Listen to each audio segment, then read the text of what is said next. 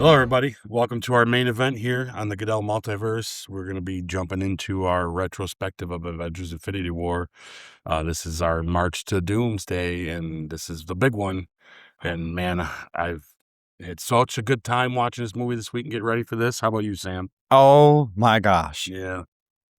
This movie is captivating from beginning to end. It's a work of art. Yes. Yes. Oh my. Okay. So you want to give a little bit of a Yeah. history of our film, and we're going to just jump right on in. Yeah, I'm going to dive right into the history of this, guys, and let's get on this guy.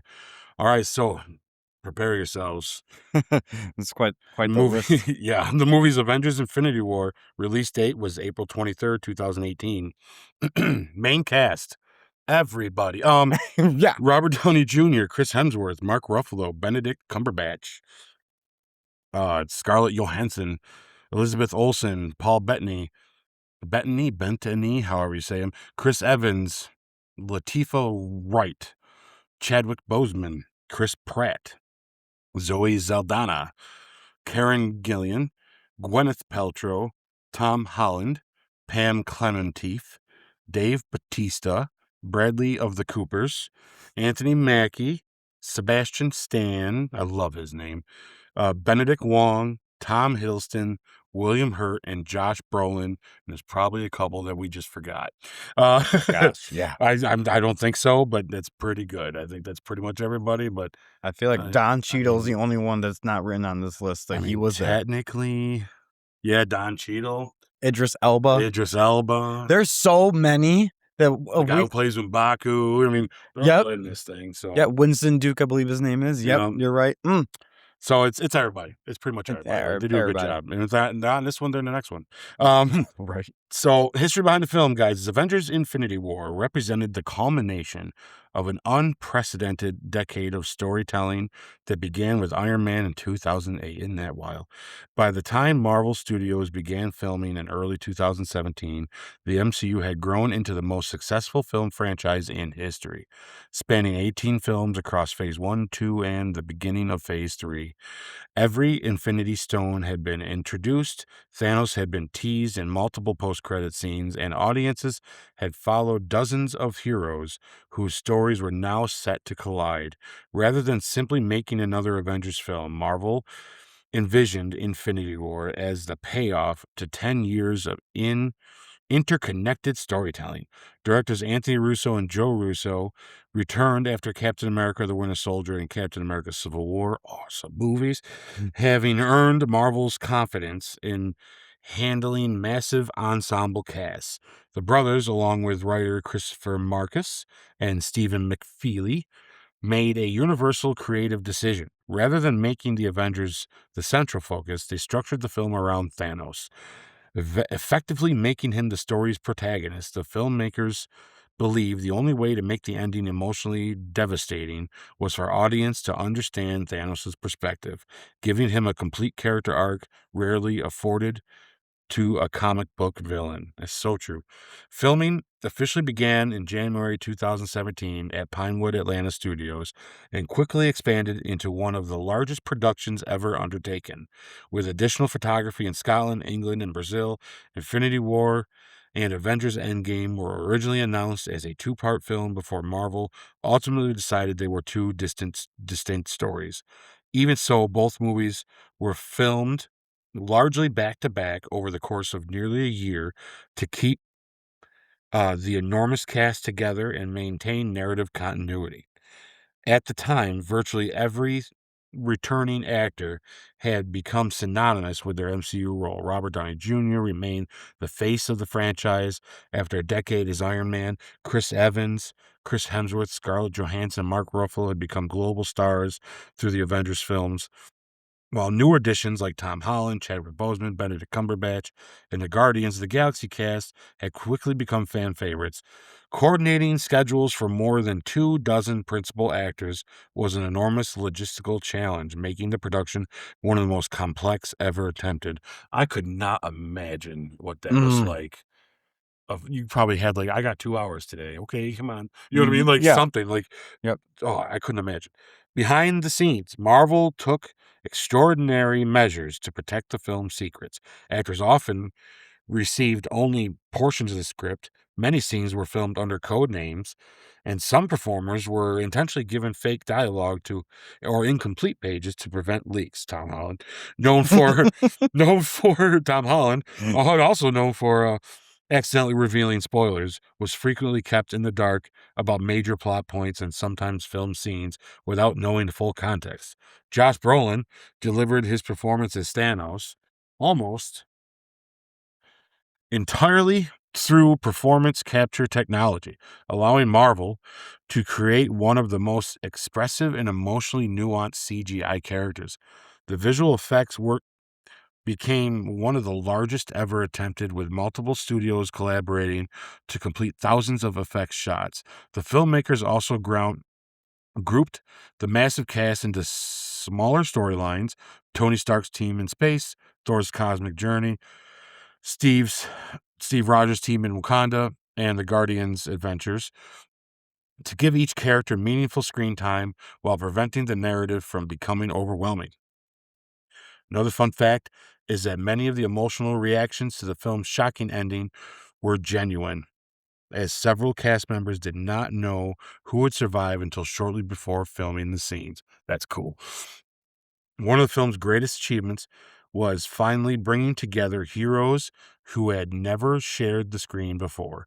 Fans were treated to interactions between Iron Man and Doctor Strange, Thor and the Guardians of the Galaxy, Spider-Man and the Guardians, Bruce Banner and Shuri, and countless other pairings that had been impossible earlier in the franchise. Marvel also gave Wakanda a central role following the success of Black Panther, allowing the climactic battle to showcase T'Challa. How do you say her name? Okoye. Okoye, sorry. Shuri and the Wakandan army alongside Earth's mightiest heroes. The Russos deliberately balanced humor, action, and emotional stakes while ensuring that every storyline ultimately served Thanos' quest to obtain all 6 Infinity Stones. The decision to end the film with Thanos successfully accomplishing his mission and erasing half of all of life, the shocking snap, was one of the boldest creative choices in blockbuster history and demonstrated Marvel's confidence that audiences would return for the conclusion. When Avengers Infinity War premiered in 2018, it became both a critical and commercial triumph. Critics praised the ambitious storytelling, emotional weight, performances, action, and especially Josh Brolin's portrayal of Thanos, earning the film's approximately 85% Rotten Tomatoes from critics and around 91% from audiences. Financially, it shattered records, grossing approximately 2.05 billion worldwide against a production budget estimated at 316 million and 325 million, becoming the first superhero film to surpass 2 billion at the global box office. More importantly, Infinity War demonstrated that a decade of interconnected storytelling could deliver an emotionally satisfying payoff while still surprising audiences. Its shocking ending left fans eagerly awaiting Avengers Endgame and cemented Infinity War as one of the most ambitious and influential superhero films ever made. Mm, Yeah, that is, amazing. yeah. It's on par with like Lord of the Rings.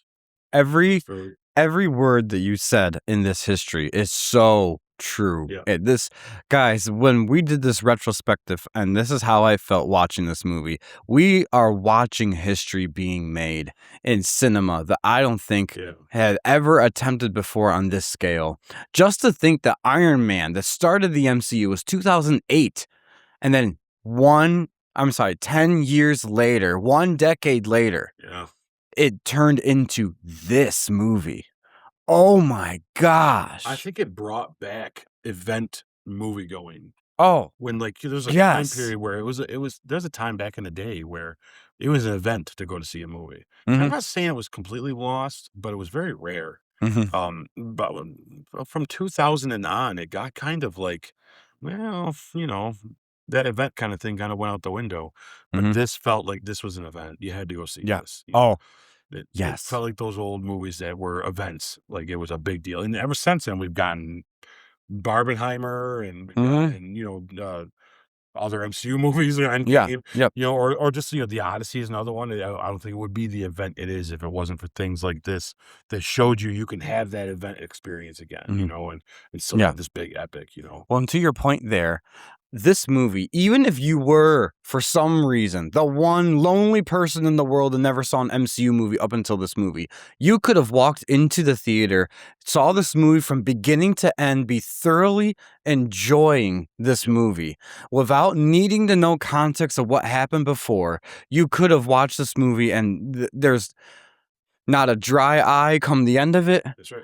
The emotion is all there, seeing all these different characters, just this cast ensemble being together for one movie, let alone this is the movie that they did.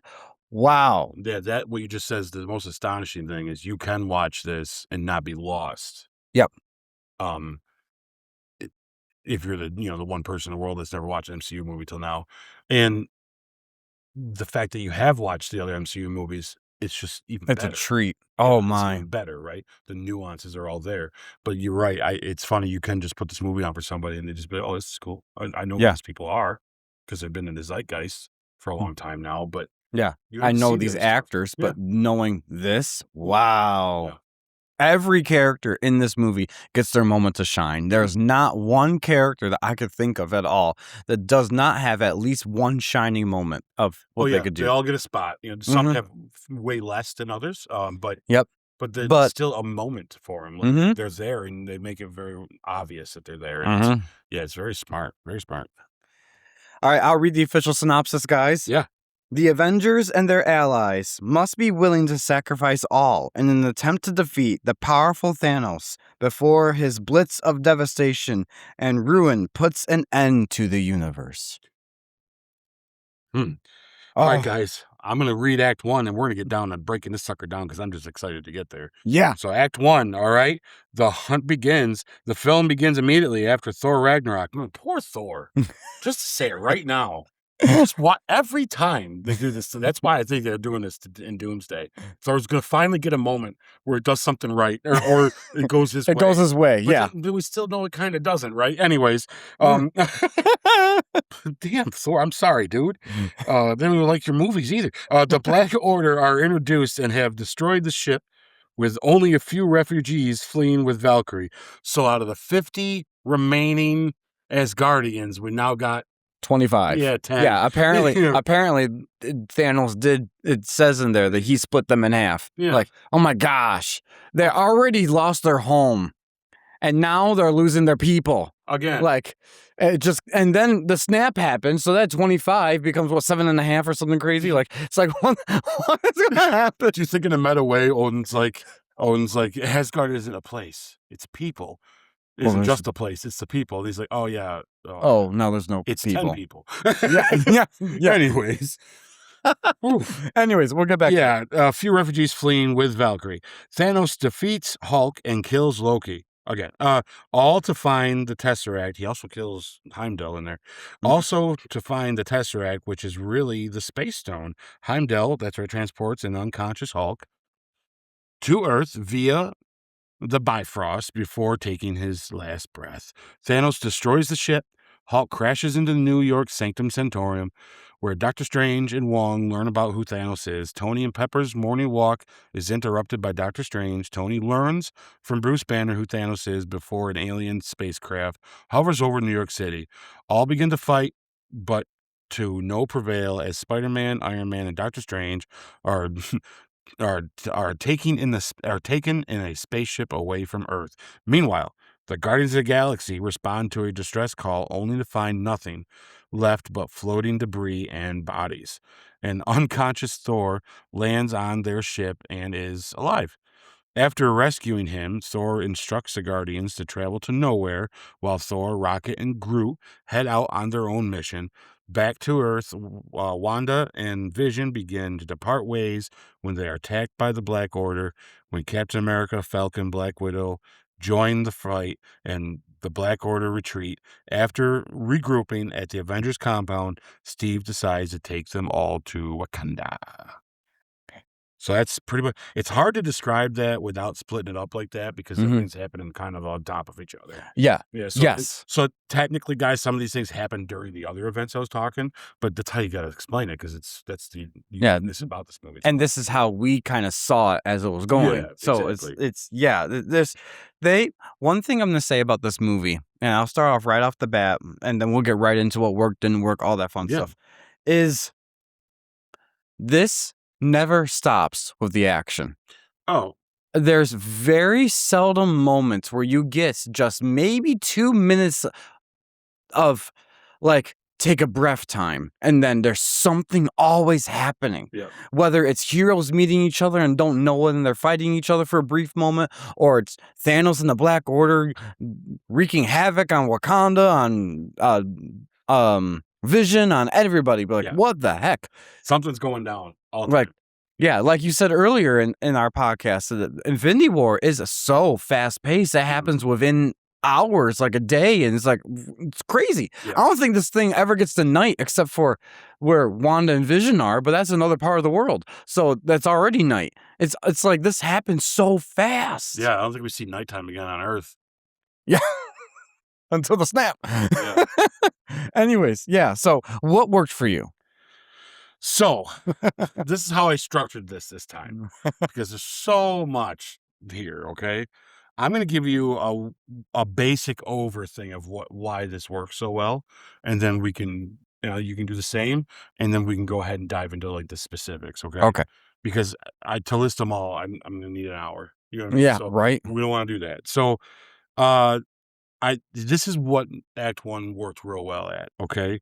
The setup and build to the meat of the story, worked real well. And like the pace and the timing is perfect. Mhm. Like I think that's an overall statement, which is why all of it works because it really is like you just said, it starts and it just goes. This first part right up to when they get to Wakanda. And it's just like, holy cow, man, this is one scene after another of just I can't keep my eyes off the screen. Mhm. And there's no pee break in this movie Oh no. because you're gonna miss something. Oh yes. And there's a few spots maybe you coulda, but it's not worth the risk. Yeah, right? You don't know. You know what I mean? And it's not far from something good happening. So the pacing is this is pitch perfect pacing.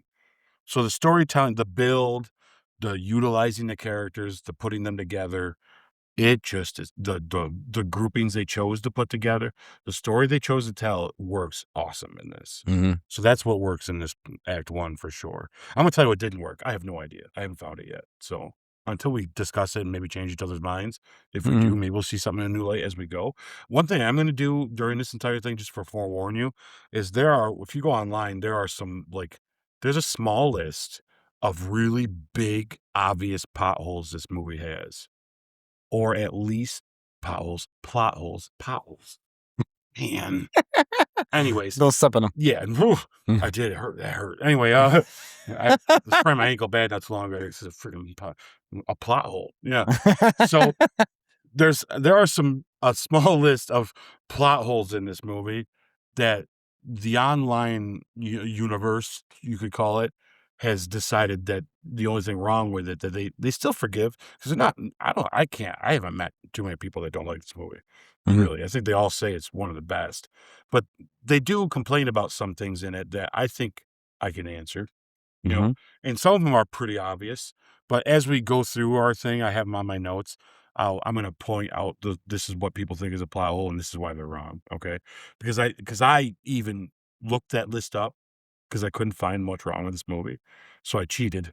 After my third watch, I'm like, okay, what are people saying? Because what am I missing?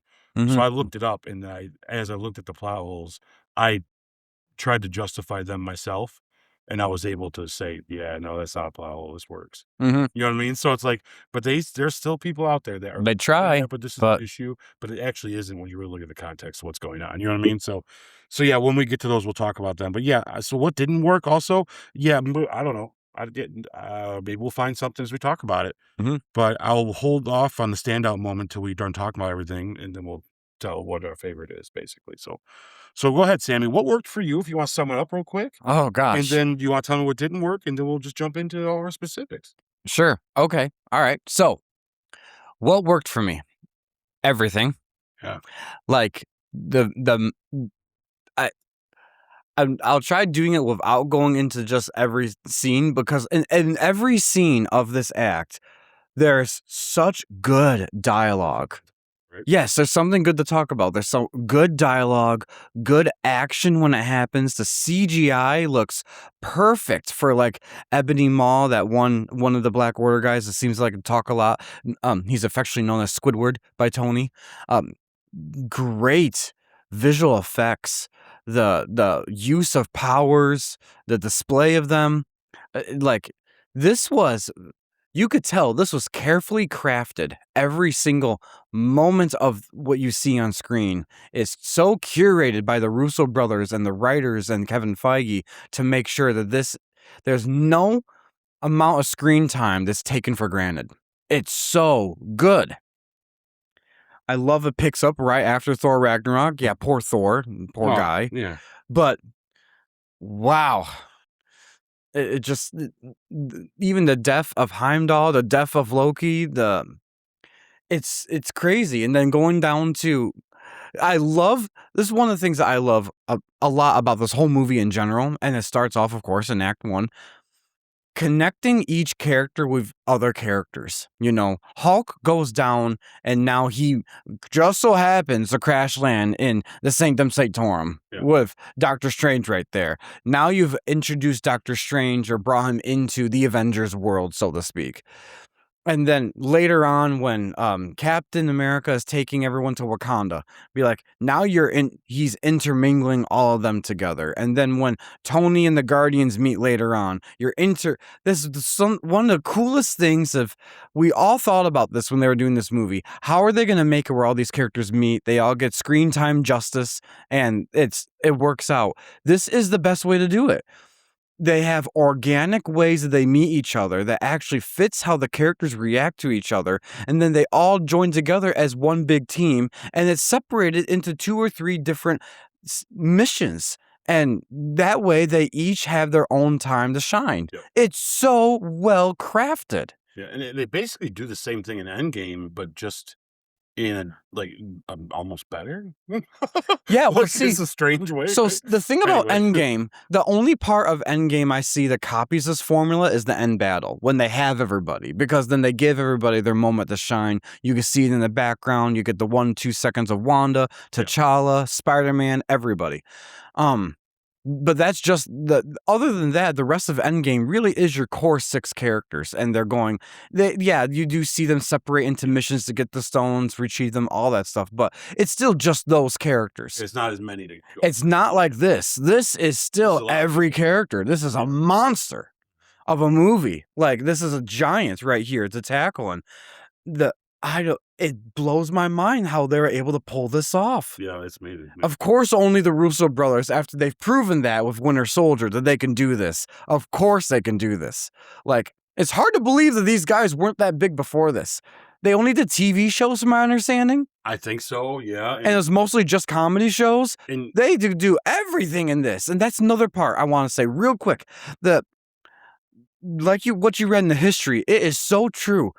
The comedy that's sprinkled throughout this movie, it doesn't feel too much. It doesn't feel forced. It feels organic. Yeah. You laugh at everything. It's as characters would say it. Like, yes. It made sense. There's not one time where I thought, ooh, they didn't need to say that. Right. It was perfect. Everything. I just even Tony explaining to Peter, all right, what's going on now?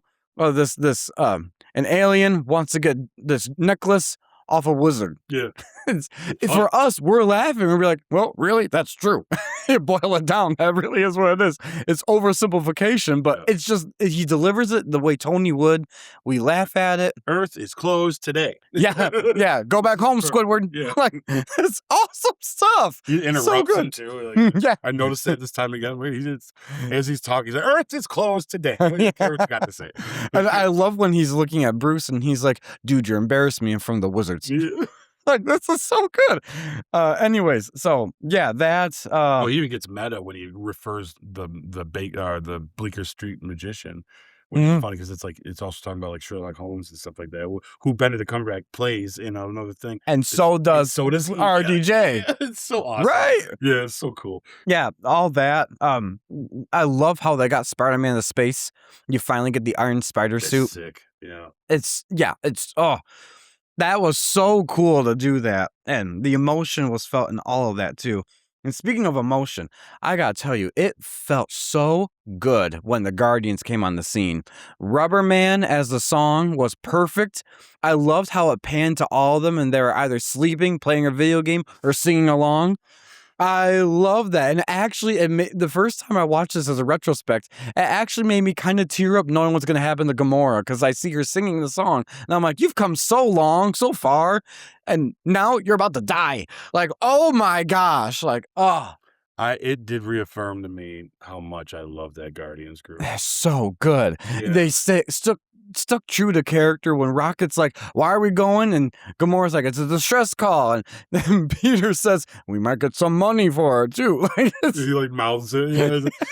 so good. What's awesome about them too, and it's funny because when we're done with our whole thing, we get all the way to Doomsday and we're caught up and we sit down and we have our special episode of up until now, what is our rankings and talk about because we're gonna do like a 2 or 3 hour long episode of just saying listing Yeah. down what they all came to be. Yeah. And then when we start doing our top fives of some things, it's going to be hard to not include the Guardians of the Galaxy as probably like one of the top 3 or 5 of best trilogies in the MCU. Mhm. Like, as much as I have my issues with that first one, and I know everybody doesn't really care for the second one, and the third one's even had a little mixed stuff, when you get reminded of these characters, even if their movies could be a little iffy, that you're right, when they come out, I had a smile from ear to ear. I'm like, Mm. "Man, I love these guys."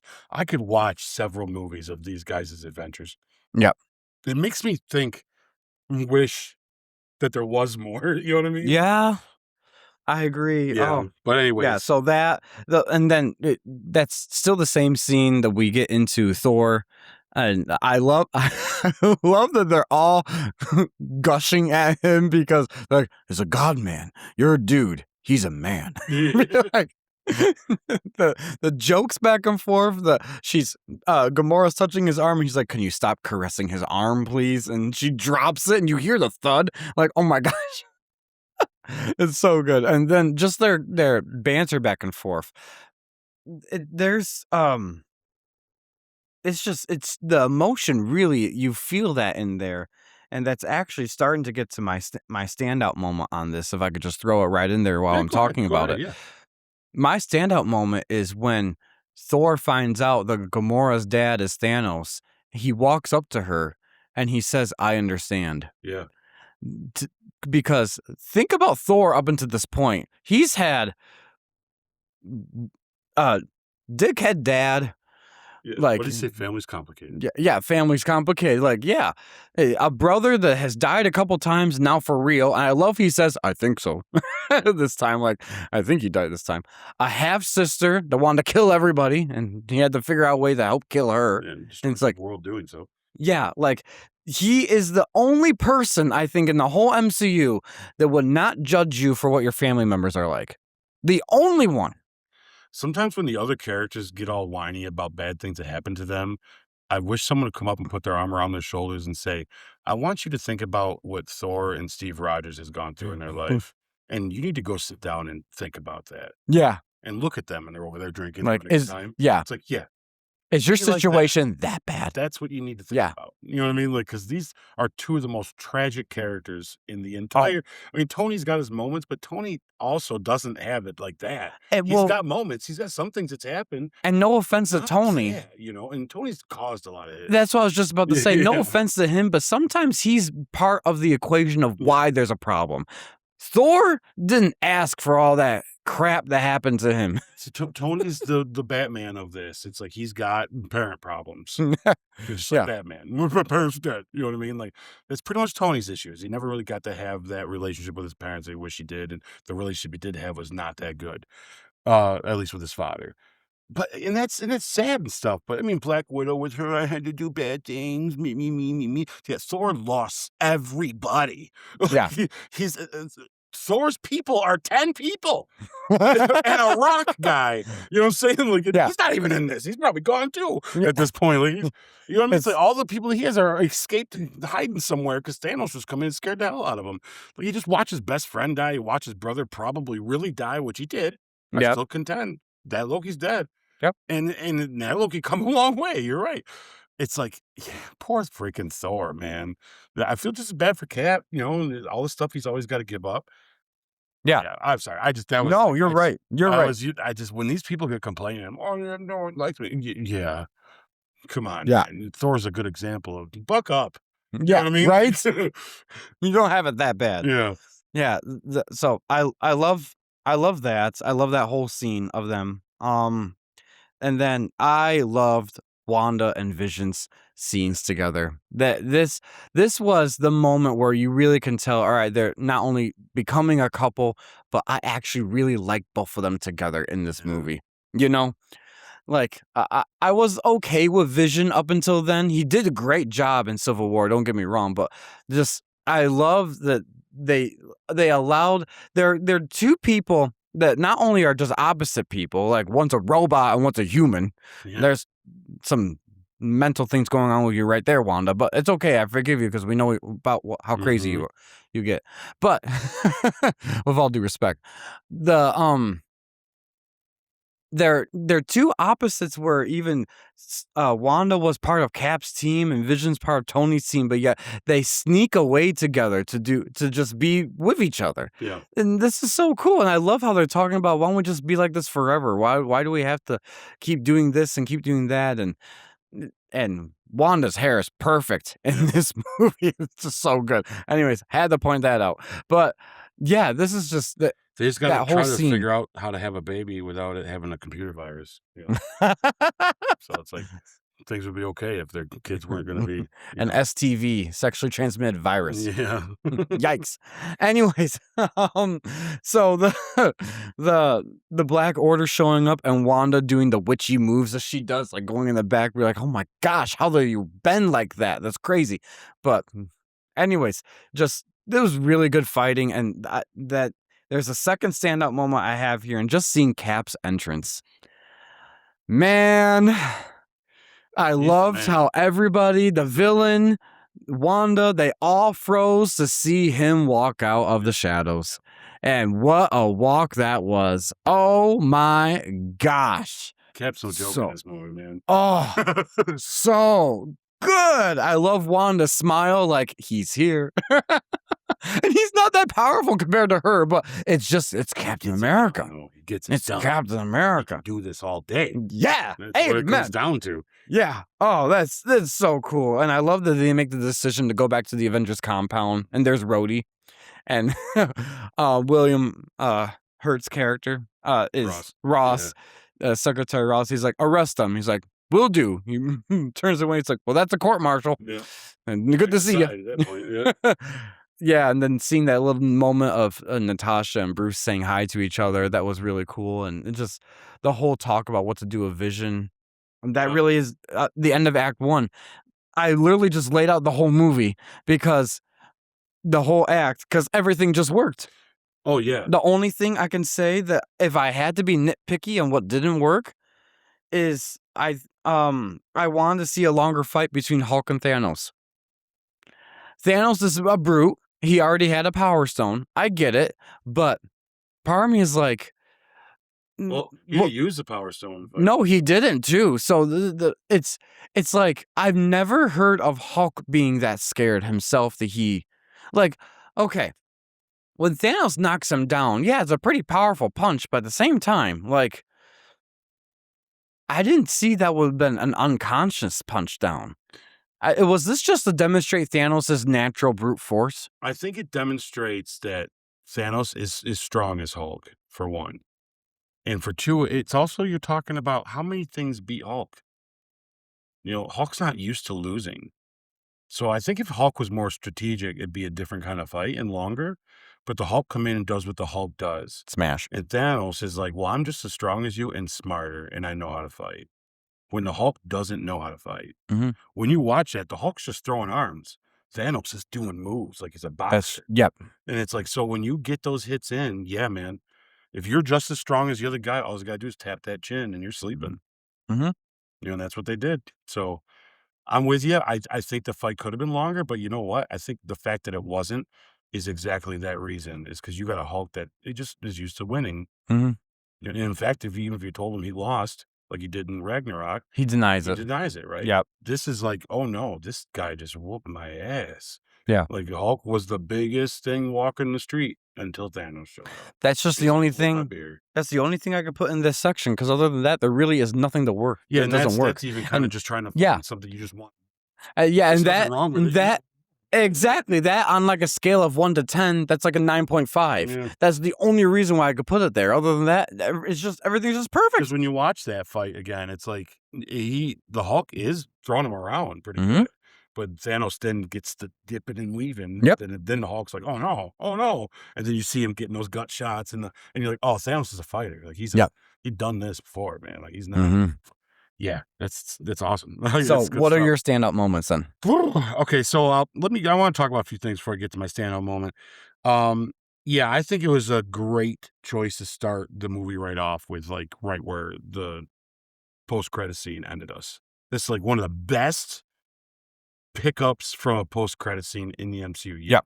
It was like the definition of what that post-credit scene should have done. Yep. They did that, and they're just like in 10 minutes later, and here we are. You know what I mean? It's like, whoa, this is happening right now. Having Thanos beat the Hulk, we just got to talk about that. It's amazing. I think seeing Loki die was one of those things where we're kind of like, okay, this is emotional and how it's done. I get it, but it's, we've seen him die. Yeah. But I do feel like the way they did it this time definitely felt like that, a dead. Like it wasn't like you know what I'm saying? Like I guess you could say in the other ones they did, but you kind of still were like, man. They really did a good job making you understand that, oh no, there's no tricks here. He's dead. You know what I mean? Mhm. And seeing Heimdall bite it is rough. That's real rough. Mhm. Something I noticed about Strange and Tony in this. I like that. I like the whole exposition in the sanatorium talking about the stones. Anyways, Yeah. very smart way to do it. Wong is great at just telling you shit. Yeah. You know what I mean? Like, I think if he's around for anything, it's to just give you information. He should do like Well, he's sexual the harassment classes online. he's the librarian. Yeah, that's all he He's is. supposed to Yeah, know. and Yeah. he's great at it though. But I do notice something about Tony that we don't talk about often, but we know it's true. He he is such a jerk to people, man. Like I know he is. Like we know he is. Me saying that isn't a surprise, Mhm. but when you see him interact with Strange, it's very obvious in that moment of how if Tony likes you, he'll talk to you nicely. You know, if he doesn't like you, he just treats you like crap, and he's a jerk, man. Tony doesn't have a lot of friends. Mhm. Like, he really doesn't have a lot of friends.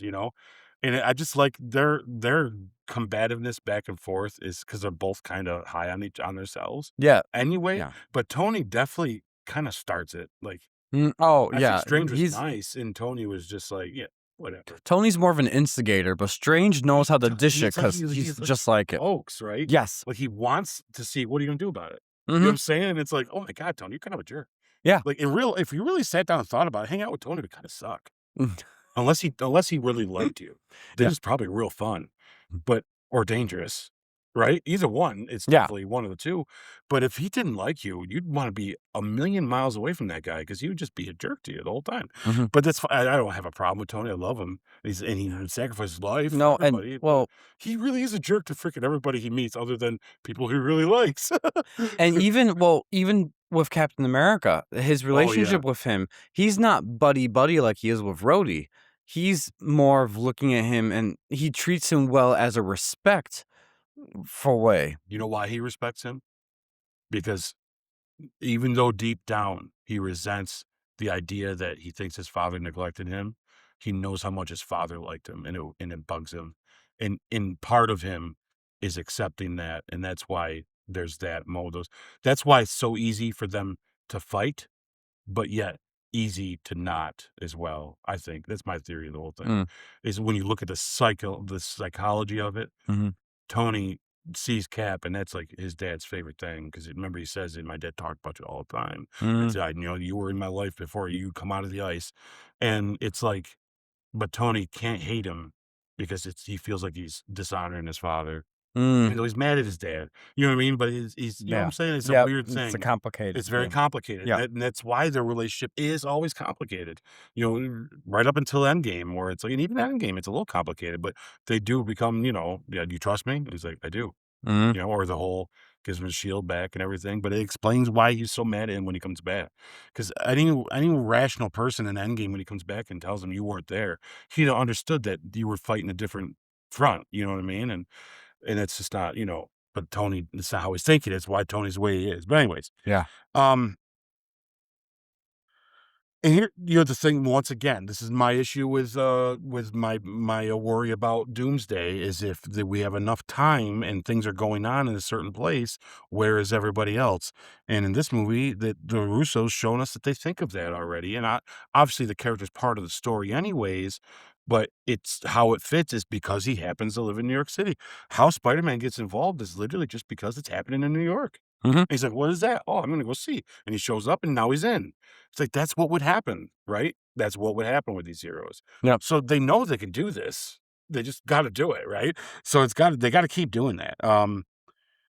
Yeah, I love Peter's entrance with his hair going up, Oh, the yeah. Peter tingle.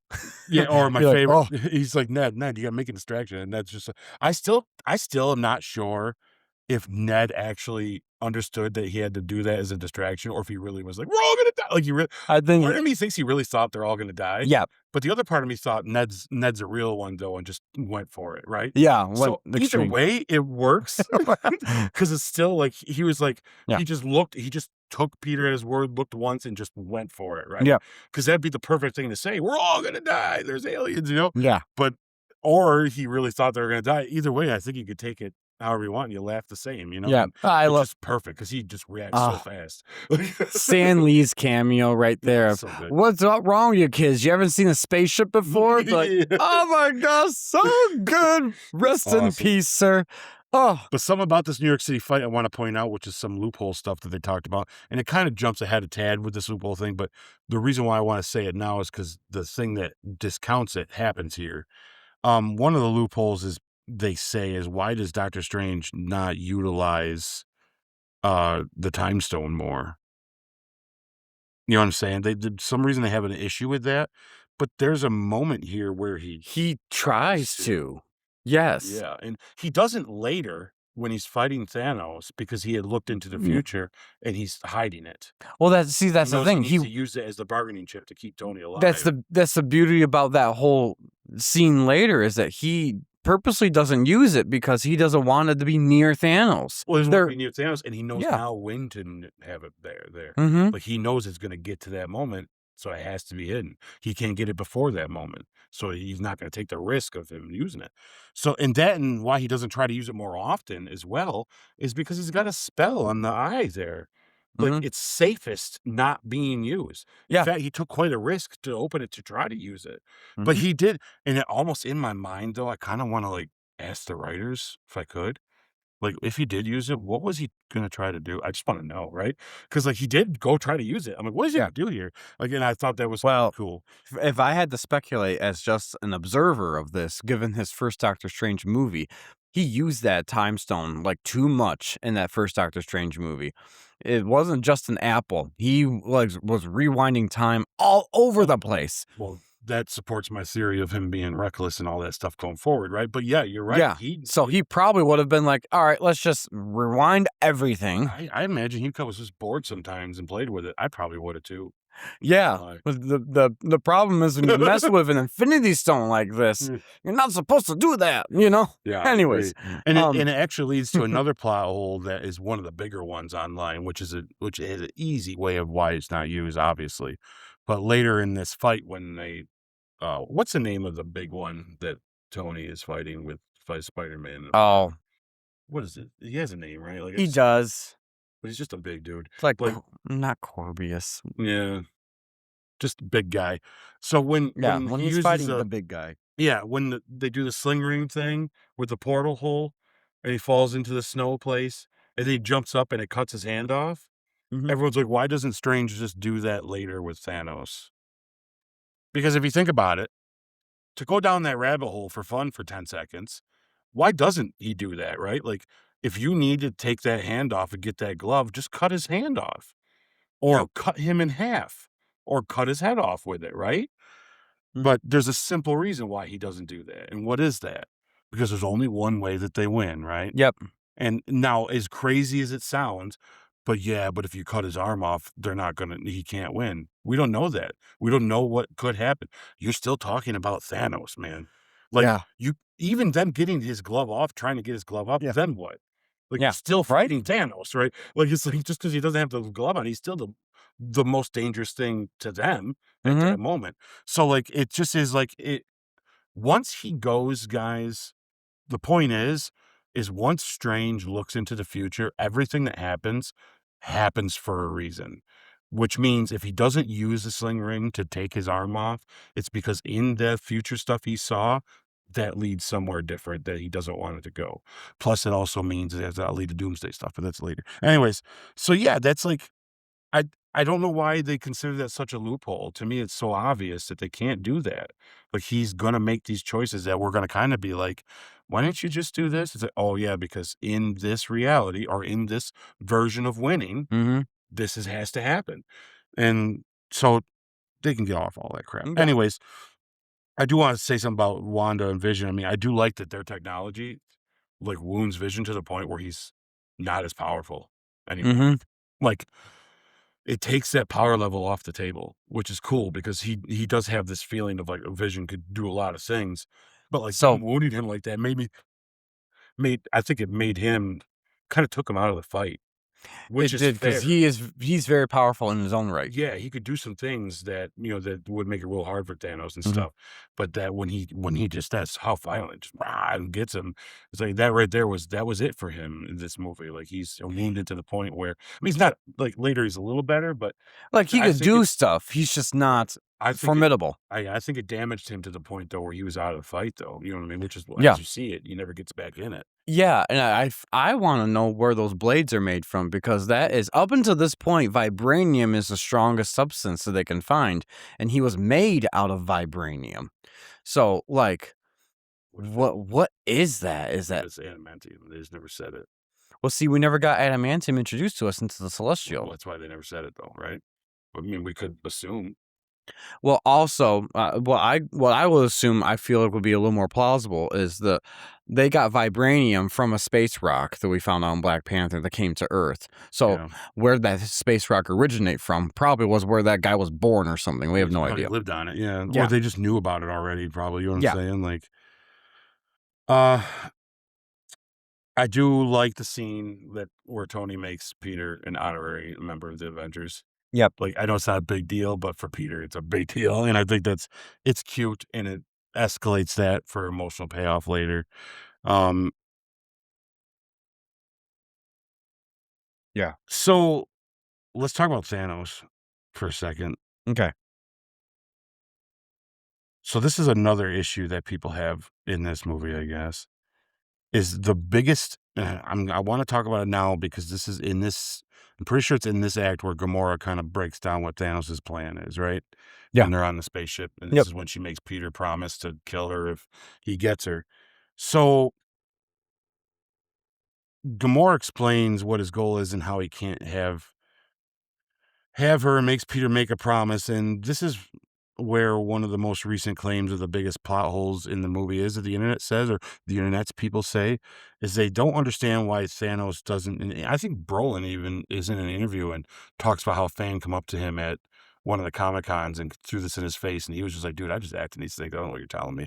But they claim, why doesn't Thanos just make double or triple the resources and not kill everybody? Yeah. Now, you know where I'm going with this because I made a short about this not too long ago. Yeah. But the point is because it's Thanos, guys. Like, I just want to throw this stuff out there because this is where this movie gets deeper that I really wanted to have this conversation with you about, because so not in the even in the MCU, he's known as the Mad Titan. So there's a reputation, right? His reputation isn't that of someone who has been, an average good dude, obviously. Uh, uh, so also look at how he treats his kids, his adopted kids. He uses one most of the time because she's effective and keeps the other around so she can practice and fight her. And then when the one loses, he replaces her body with, robotics and Mhm. does nothing but treat her like crap. So he's a very loving being. You know what I'm saying? So, and we always have to understand that every dictator or tyrant is always trying to justify something they are doing, but it's not so much about the mission and doing what it takes. It's also a God complex, a savior complex. Even the way his henchmen claim how you should be happy to die at the hands of Thanos by claiming that we are the children, that you are now the children of Thanos. Like, it's a cult thing. It's a godlike, Mhm. mentality that he has. He says only he can do this mission because only he really understands what it takes, and it's his will that will get it done. What's that sound like, right? And he even claims in Endgame that he likes doing it. Also claims in both movies that the creatures of the universe need to pay or be punished so that they won't do it again and learn from their mistakes. But most of all, he literally calls himself inevitable at the end of this whole thing when we get to the next movie. Mhm. Like, think about that, guys. You're not talking about someone thinking about the greater good. This guy, he has a valid argument about what's wrong, Mhm. but the way he's going to fix it is never going to be the right way. And plus, his name alone, and I found this out not too long ago, and I thought this was cool as hell. His name, Thanos, is actually derived from Thanatos, which is the Greek god of death. Mm. So let's just understand peace and compassion is not this fella's factory setting. You know what I'm Yeah. saying? Like, so if you're concerned about why doesn't he just do this, it's because he's bad. Like, and bad guys aren't going to do this. This is why Hitler killed the Jews instead of just moving them out of his country, right? Because if he didn't want them there, and because his claim was they're ruining their sacred Germany, and so then just kick them out, right? Get them out. I don't agree with that either, but that's what they were like then. No, his answer was what? Kill them Yeah, all, yeah, mass right? genocide. Yeah, and then how evil he was, it didn't stop at Jews. It was anyone different, and that's Thanos, right? He's at what point was it going to be enough? And when you get the end game, it's very clear. He says, "I'll take it right down to an atom." Yeah. And it is not good enough. Mhm. You know what I mean? So he had there's no intentions of doing it that right way. Yeah. You know. So I just wanted to point those things out, and I thought that was cool. I didn't realize that he was kind of named after that god and stuff. So, back Yeah. then when they come up with this character, they had this all in mind They anyways, were like, "We know which what to do." actually complements his relationship with Lady Death, right? Like the whole idea of because that when I start Yep. reading about that Greek god is he's not the god of death in the sense of like collecting souls like Hades is, but he's the one that goes out and causes the death. So it's like Mhm. even in the comic book, he's killing people for the one Yeah. he loves, right? Yeah, because that's one thing that's different from the movie version of Thanos than it is in the comic version of Thanos. In the comic version of Thanos, and they allude to this in the post-credits scene of the first Avengers movie when his henchman there says, to challenge them is to court death. Court death, he is in the comics, he's infatuated by a character that's like the living embodiment of death itself called Lady Death. He's literally courting death. Yeah, he in the comics, you could say he's a little more vicious because all he wants to do is uh, like feed into her and um the way that makes her happy is more death. Yeah. So when he snaps his fingers to destroy the universe, half the universe in the comics, it's not for the resources, not making it this like the Infinity War movie is like out of compassion for people. He literally is doing it because he's in love with a woman named Death. Yeah, yeah. Like, so I do like that they changed it for this movie, but I love that you gave that explanation of that he's not going to double the resources. His whole point is, and he says it in, I think, the third act or second act of this, is that even doubling the resources wouldn't work because they need to learn of their greed. They need to learn that these people are peasants to him, and they keep doing this cycle in his head. They're doing this cycle over and over again. They're never going to learn. So therefore, the only way for them to actually get it is to get rid of half of them. That's the brilliance of this movie. Yeah. It's really I got some more to say about that when we get to the end.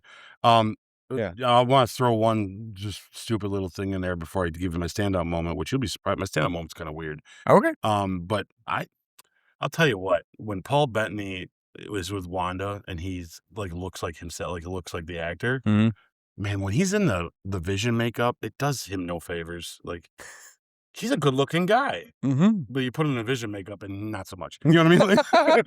Like, he's as emotional as the scene is at the end, the faces he's making are a little like, but it's not in a bad way. It's just, Yeah. it just doesn't do the character favors. But that's okay because he's supposed to look that way. Exactly. But I did forget that. Oh man, he's actually really not a bad looking fella. You know what I mean? Like really the good Yeah. actor himself.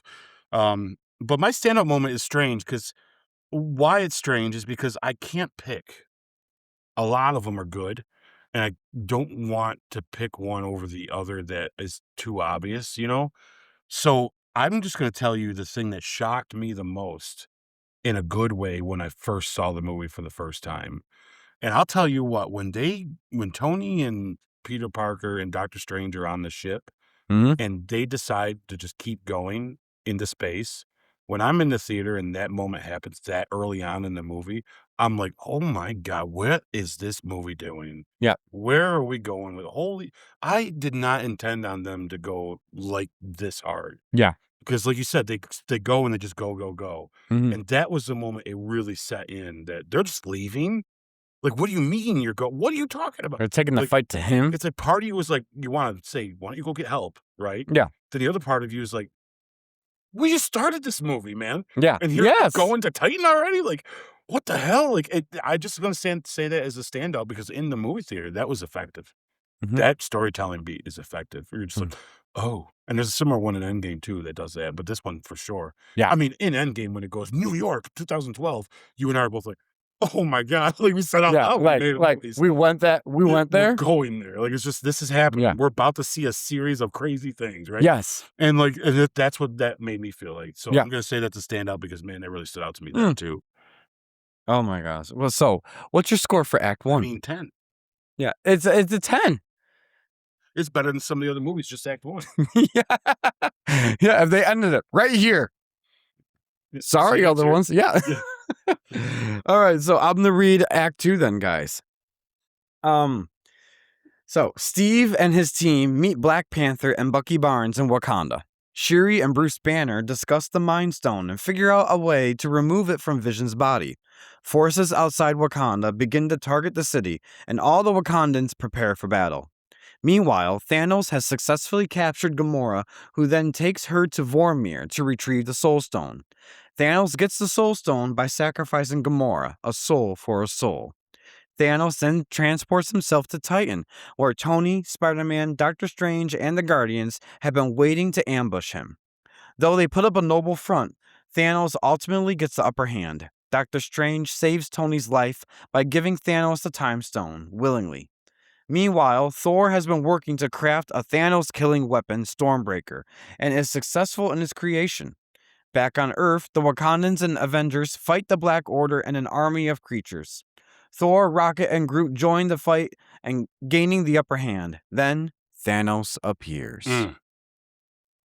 So this is the meat of the movie.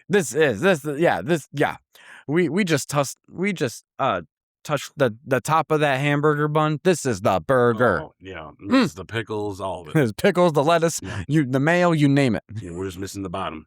Yeah, and we'll get there. Yeah. So, what worked for you, sir? So I'm gonna do the same thing we did this last one. I'm Yeah. gonna give you an overall what worked, and then Okay. you can go through yours, and I'll go through mine, and we'll move on. Yep. Okay. Yep.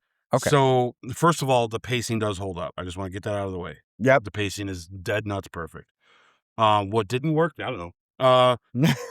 So what worked though, what makes Act 2 work so well is the balancing of all the locations and when to cut back and forth to make it feel like you're not lost, and you're just excited to see what's about to happen next. Yeah. But you go into something just as exciting to come back to that exciting thing, to go do another thing that's exciting. Like they knew when, okay, go here, now go here, now go here, now go here. And it was right at the best times. Yep. Like it just is like they sat down and they just did like a diagram of like, okay, we do this, then we do this, then we do this, then we do this, and then it meets up here. Especially when the dialogue, Especially with like, the dialogue. because they'll mention something. Well, where's Thor? All of a sudden, here's Thor. Yep. You know, I love that. That's smart and genius, and that's probably the highlight of Act 2 to me is they balance that perfectly. Mm-hmm. So, what else? We don't have any more questions on that one, right? Oh yeah, this the best character moment. I think we'll wait till after we talk. Yeah, Okay. for that one. Yeah. So, Yeah. there's one particular one I think is amazing. So, do you want to continue with any more, or do you want me to start Yeah, off? I'd like and yeah. just- Why don't you go ahead Okay. and talk about it, and then we'll Yeah, just do the same got it. kind of the same premise of this last So, one. yes, I agree with you completely. The pacing is perfect. Yeah. The pacing 100% holds up.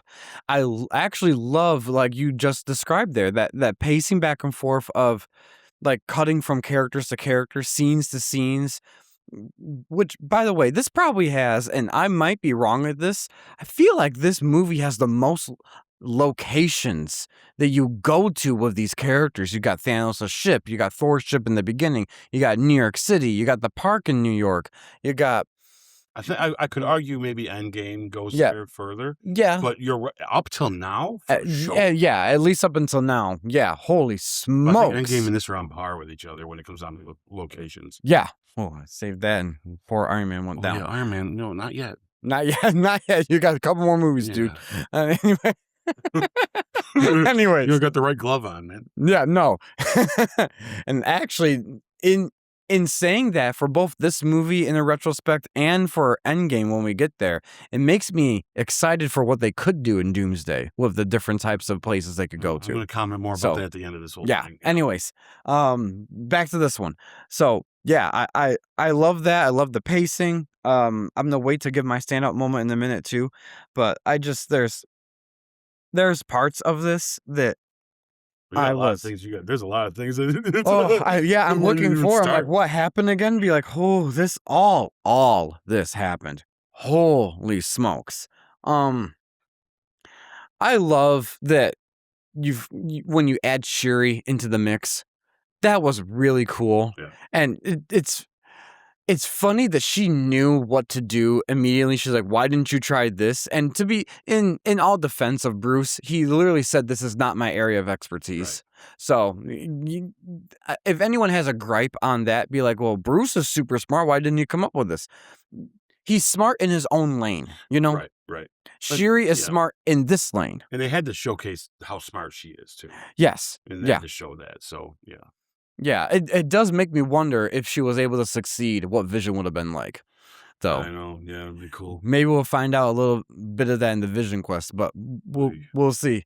Because literally, this is the Vision that doesn't have the Mind Stone. I do like that she's down to kick some butt, though. Oh, because that moment when she's doing that and she waits the last second to grab that gun, she turns around and wastes no time, just starts blasting away. But she's a butt kicker for sure. It still bothers me that they don't just let her be her own and she takes on Black Panther. Mm-hmm. You know, not that it's not cool, and I'm not going to let it ruin the other movies, but I really feel like there's a wasted potential of her just being her own, you know? Mm-hmm. Maybe they'll correct that because obviously they're recasting him for sure. But it's like, or we don't know if it's going to be recasting him or it's going to be his future son or whatever they're going to do. Either way, yeah. Either way, we're getting a new Black Panther. A way to get back to her own character again. Yeah, which I agree. I like her as that. And now she's always synonymous with Black Panther now. And it's like, I want her to be that part, you know? Like, anyway. I agree. But yeah, for this movie, I loved the whole meeting in Wakanda type thing. The little joke of Rhodey be like, he's a king, bow down. And then he bows down and he's like, we don't do that here. That's so good. Meeting Winter Soldier again. Like that was really cool to see Steve and Bucky see each other again. It just everything of this was so good. Rhodey proves why he's friends with Tony. Yeah. Like he is just a very similar. Them pranks, you know what I mean? Very That's so true. What else do we got here, guys? Oh, Thanos, we already talked about him in that scene with Peter gonna shoot him and not shoot him, and how he uses the reality stone to change that. Oh yeah. But that whole thing of what he did to Nebula is crazy. It's I tell you, that is Fathers in the MCU, man. right. This takes the cake. Like, I love one of the things I love about this, and it's definitely something I'm gonna comment more when we talk about the direction and production of this movie, but that cinematography there of you're walking into the room and it just looks like she's floating, like she's in a leaping position type thing or a superhero pose type thing. And then as the camera pans to the side, you see all it is she's stretched apart like limb by limb. This girl is in agony. It's Yeah. just wow. The feats that they went to do that, that's crazy, and it worked so well for the scene. It's awful, right? It's so It's so awful that it's very, like, genius in how they did it. Um, that's something, and then revealing Vormir, and I know we're gonna probably get into that together talking about the whole, Oh, I got a lot to say about that. yeah, Yeah. yeah. So I'm gonna skip over that real quick and go, like, to the I next part when Yeah, unless you wanna I got a lot of bullet points that maybe will cover some of the things you might be forgetting if you want me to just go ahead and yeah, go start. right ahead. And then you Yep, comment. I'll ask you how you feel about each one. you got it. So Yep, first of all, I love seeing Bucky come back. yep. Like, yes, Bucky's back. And his arm thing looks awesome. You know what I'm saying? Like, Mm, and I guess some of the best outtakes when it comes down to like cuts of the movies when you watch behind the scenes stuff is that scene because that goat behind them wouldn't shut up for a long time. yes. It's one of the funniest ones that they do. Um, I like the idea that the Mind Stone and possibly taking it out also sets the tone of this film, that it's a clear sacrifice that's necessary in order to beat Thanos. Like, it feels like this kinda becomes a theme of this movie. Like, the heroes across the board are not willing to, sacrifice anything, and in fact, Cap even says, "We don't trade lives," you know what I'm saying? And they kinda stick with that for a lot, but Thanos says that whatever cost, it takes, which is funny because in Endgame, the heroes all agree whatever it takes, right? Mhm. And what do they do in Endgame over and over again that Thanos did in this one?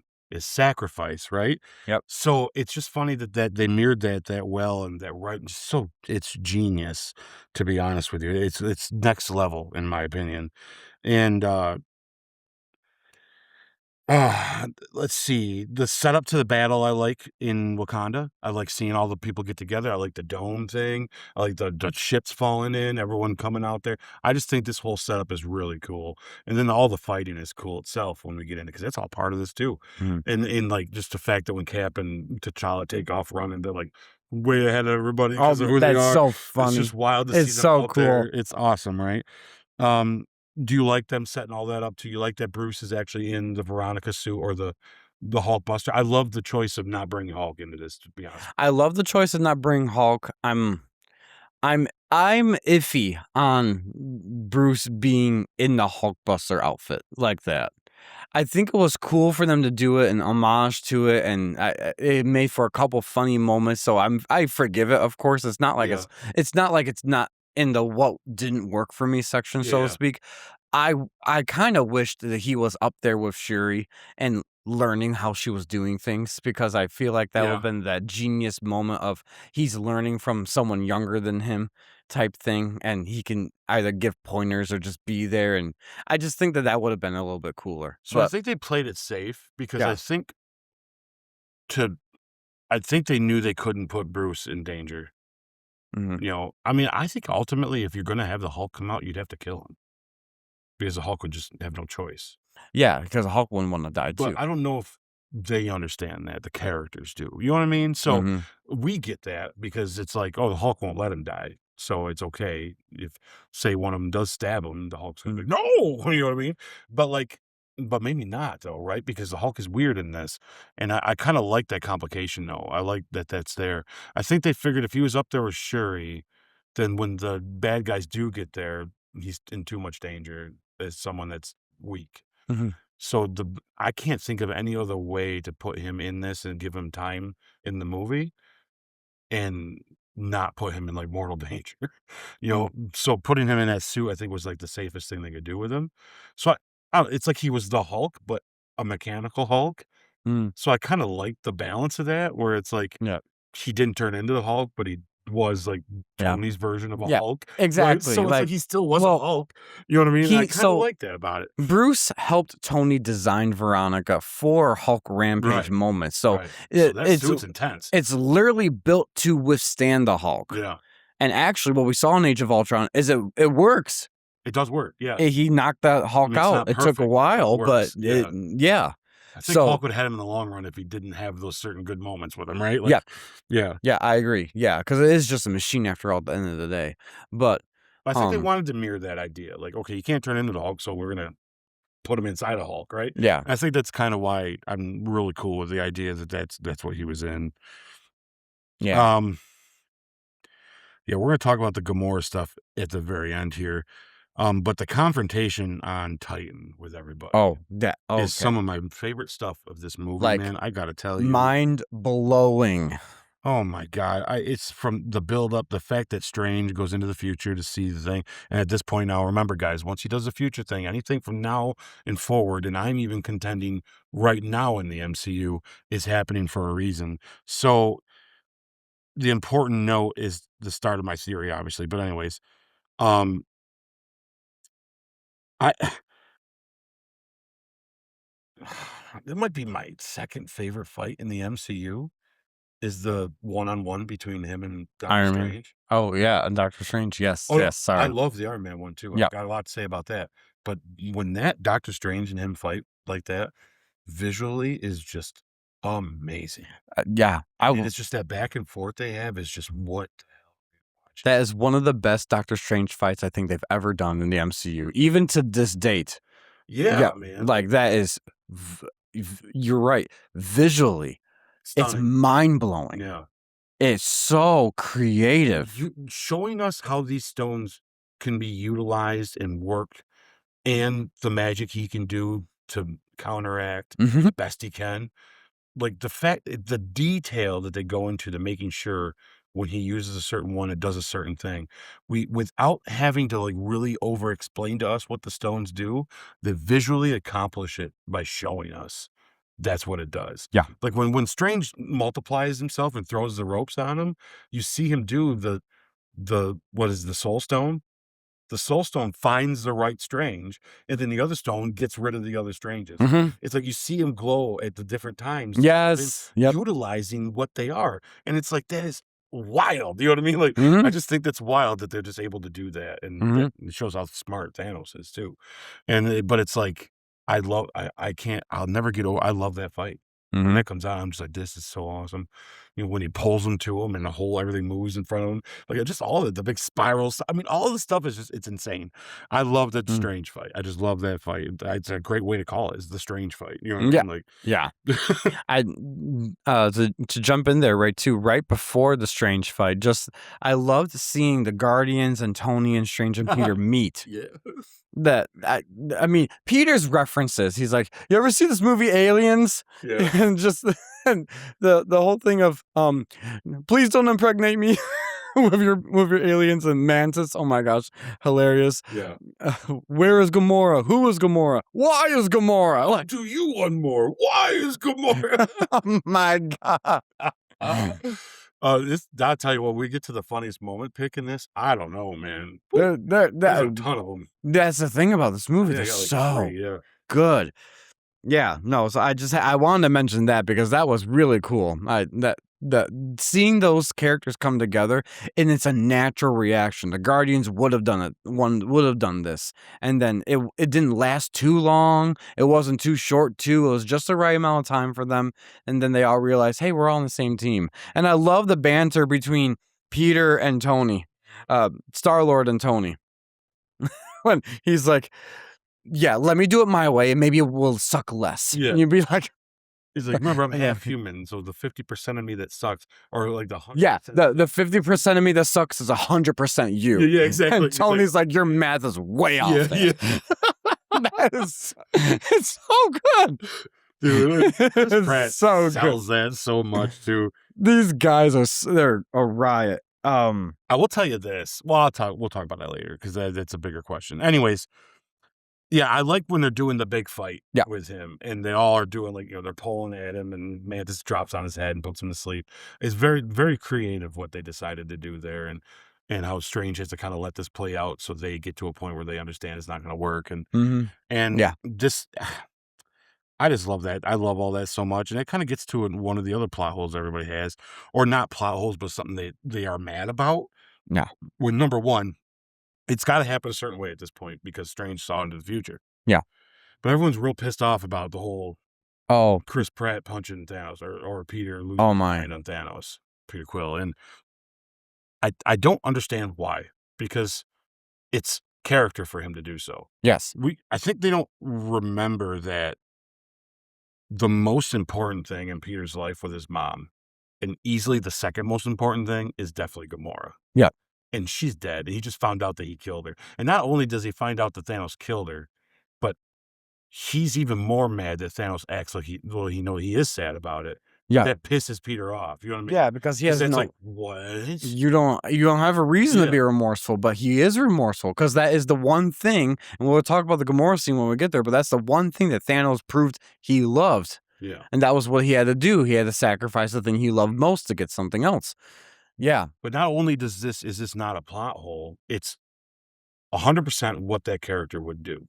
And We saw him yeah. do it over and over again. And, this is probably let me make sure, do I have this right on here?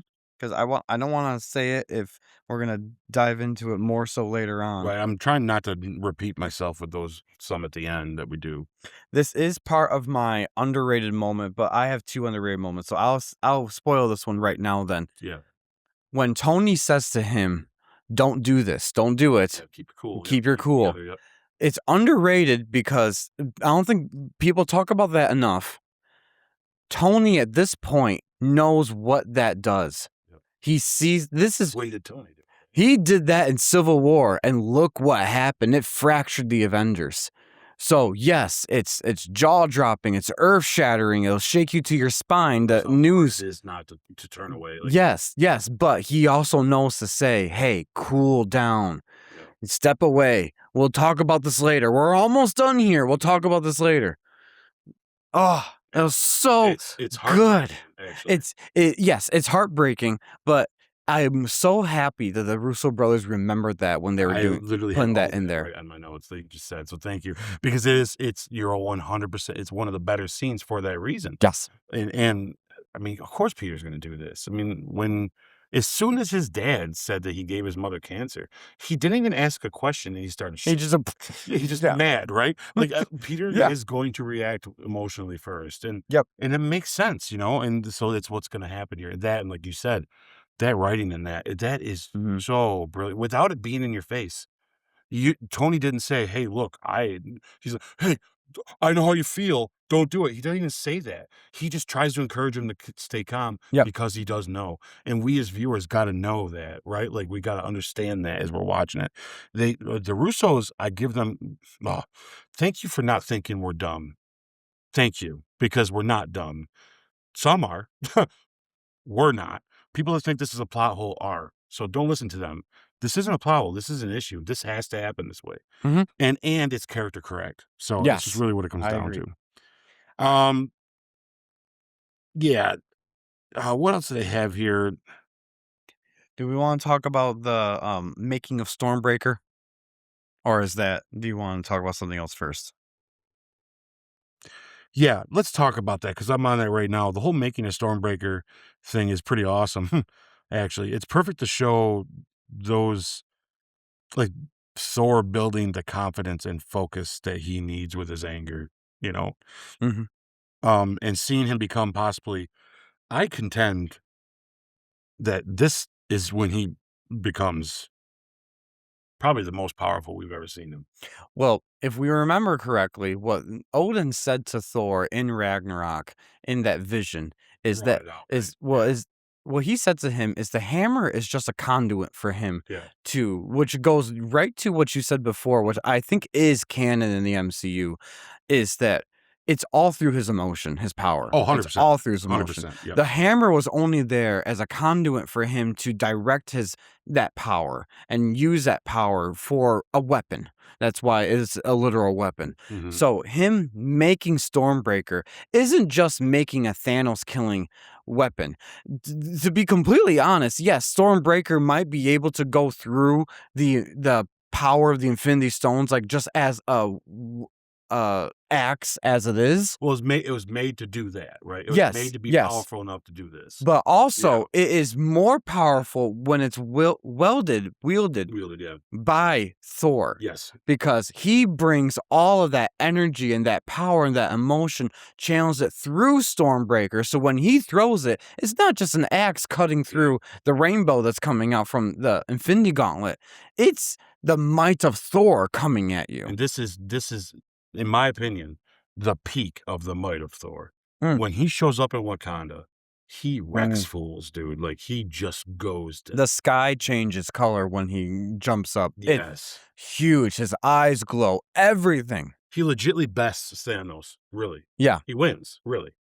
I mean, the only reason he didn't go for the head, which we'll talk about later, is because in Viking fashion, he wanted Thanos to see him and know that I killed you, like I told you I was going to, and but that's something that he would want to do, and to me, that's not a fault of his. That's just No. that's what he would have done.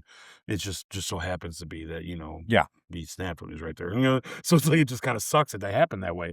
But yeah, no, yeah, I mean, this is Thor at his peak. Yeah. Is because this is when he's the most confident in himself.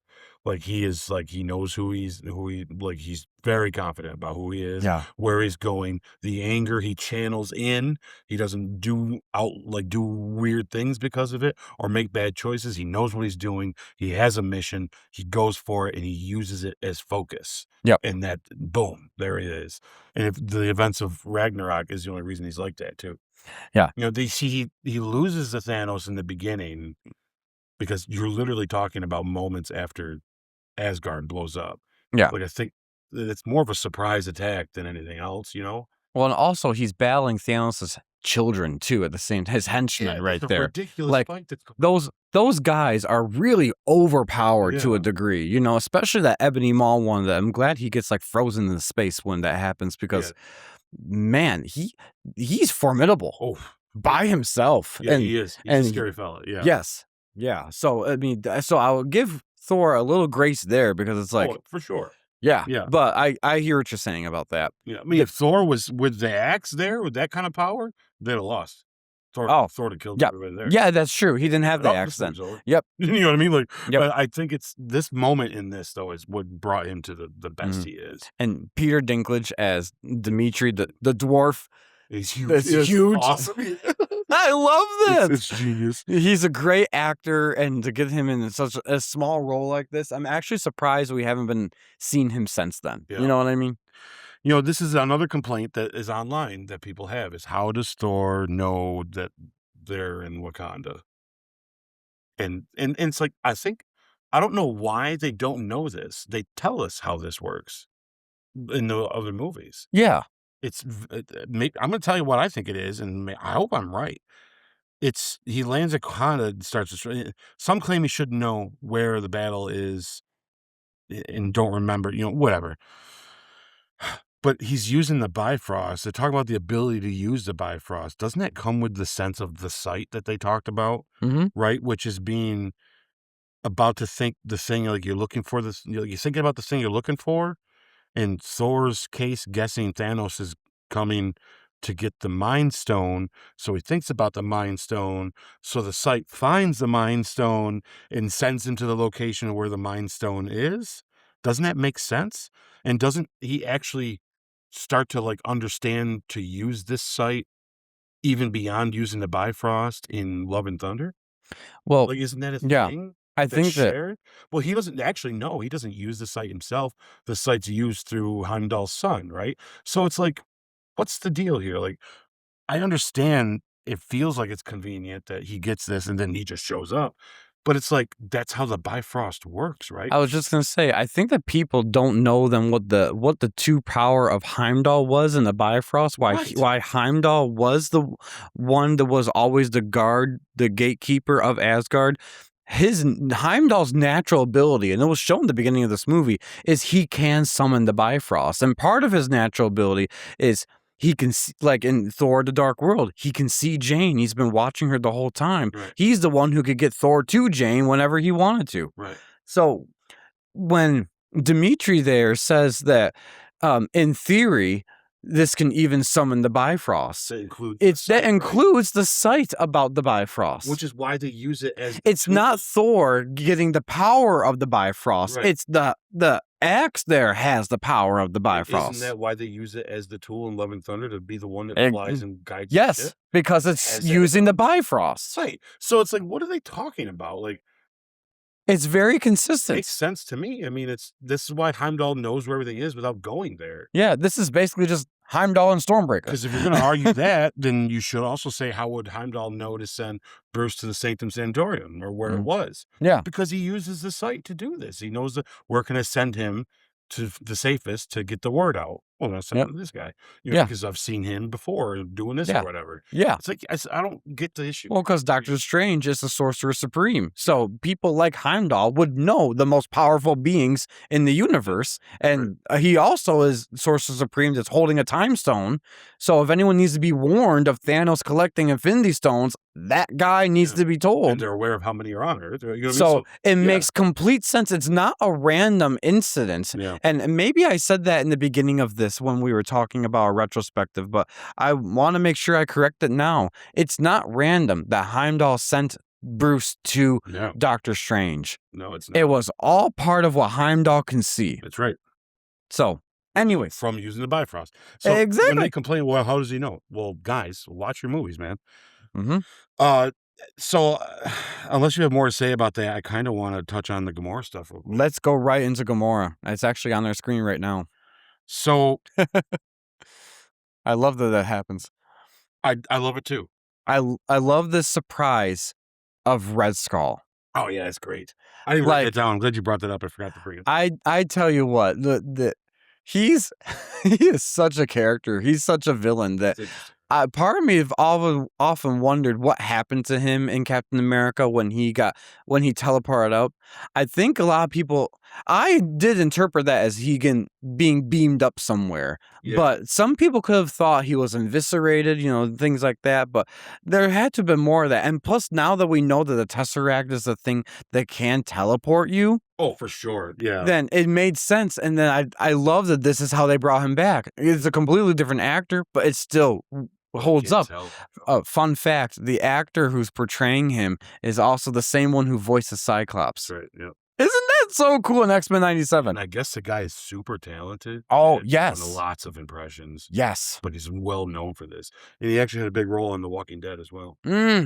Yeah, but anyways, so I wanted to give a shout out to Mr. Red Skull there for coming back. Yeah, I think it's a unique little flavor of that stuff. It's really inconsequential if you think about it, but it's a neat little, that's cool tie-in, because if you think too hard, it gets confusing. Well, what I like about it, what I like about this really, really cool, and the Russo brothers are very smart to do this, is they're using him. It's a familiar face, so you don't have to re-explain another character. Fans just know that's who it is. And as someone who doesn't know that's who he is, he's just a Red Skull guy. That's all. But anyways, the only stone that we haven't seen in the MCU thus far is the Soul Stone. That's right. What does it do? What's the whole purpose of it? And I love that this is so genius. They tied Captain America, the first Avenger, to this film in particular to bridge that gap of this is where Red Skull went and how bad he was in that movie. He is that same bad here, but the thing about this here, he even says that he paid the price too. Now he has to be the guardian of the stone. But he's not the guardian as in he's not going to give it to you. He's just going to tell you what to do if you want it. Right. And so he even says, this is my curse to bear here, is to tell you about the stone. and all it can do for you and what you have to do to get a soul for a soul Oh, and everything. yeah. It is so well done how Yeah. they wrote And this. make no mistake, it's not coincidence that the way you sacrifice is being thrown off a cliff, which is very reminiscent of how Cap goes into the ice. You know what I'm saying? It's like this Ah, idea of yes, falling. It's yes. some deep stuff when you really dig down into this. Like, Yep. why choose that? Why not a sword? Why not cut their head off? It's literally throwing someone off a cliff. It's like, Mm. and Red Skull's there. It's like I think they wanted you to think about it. This is the one thing that if we do get either it's an Avengers Endgame encore or it's the in Doomsday or something. We have always wanted to see what Cap does with all those things and to see his reaction to seeing him. That's got to be Especially when he's not being oh mean to him. Like, yeah, because he's weird. not. I'm sure. See, Red Skull is still there. He's cursed that he has to know who enters there. Yeah. So he knows who Steve Rogers is. What was that confrontation? That's what I want to see. That could have been your Disney Plus show. That would have been fantastic. And the stuff they should have been doing. Anyways, Yeah. but yeah, no, Thanos sacrificing Gamora. I love the speech that Gamora gives him. Be like, huh, now the universe is laughing at you. And then he's looking all sad, and then you realize it as she's talking, and you're seeing his reaction to be like, oh shit, you're the one. It's not just he brought you there because well, see, this is so brilliant in how they did this that yes, he needed Gamora to take him to there. But it just so happens that she also is the key for him to get the stone too. Well, because she gets things done. That's why he loves her. Ah, Because she was gonna find out where it was. He knew she would. mm-hmm. So the video the actual video of her admitting it helps, but he knew she got it done, you know? Yeah. And I like the line he Mm. says to her earlier in the movie is like, the one thing you're not good at is I didn't teach you how to lie. And it's Yep. like, man, he knows her in and out. Well, and all those clues are there from the beginning when she says, I hated that throne, I hated that seat. And then his reply to that is, I thought you'd be sitting there one day. Be like, it's very clear that the only person this Mad Titan has ever cared for Yeah. was Gamora. I think you might like then my little deep dive for a second here into why this works even more so because you already know it, and I'm so happy you do because this is another one of those things that people complain about online is they're okay with this, but over and over I read a bunch of like because I typed in what's wrong with Infinity War just to see what other people are looking at and Yeah. maybe I should see it in a different lens. And this one come up all the time was it works and it's okay and it's kind of convenient, but they just didn't buy the fact that Thanos loved Gamora enough to be the thing that he throws off the Mm. ledge.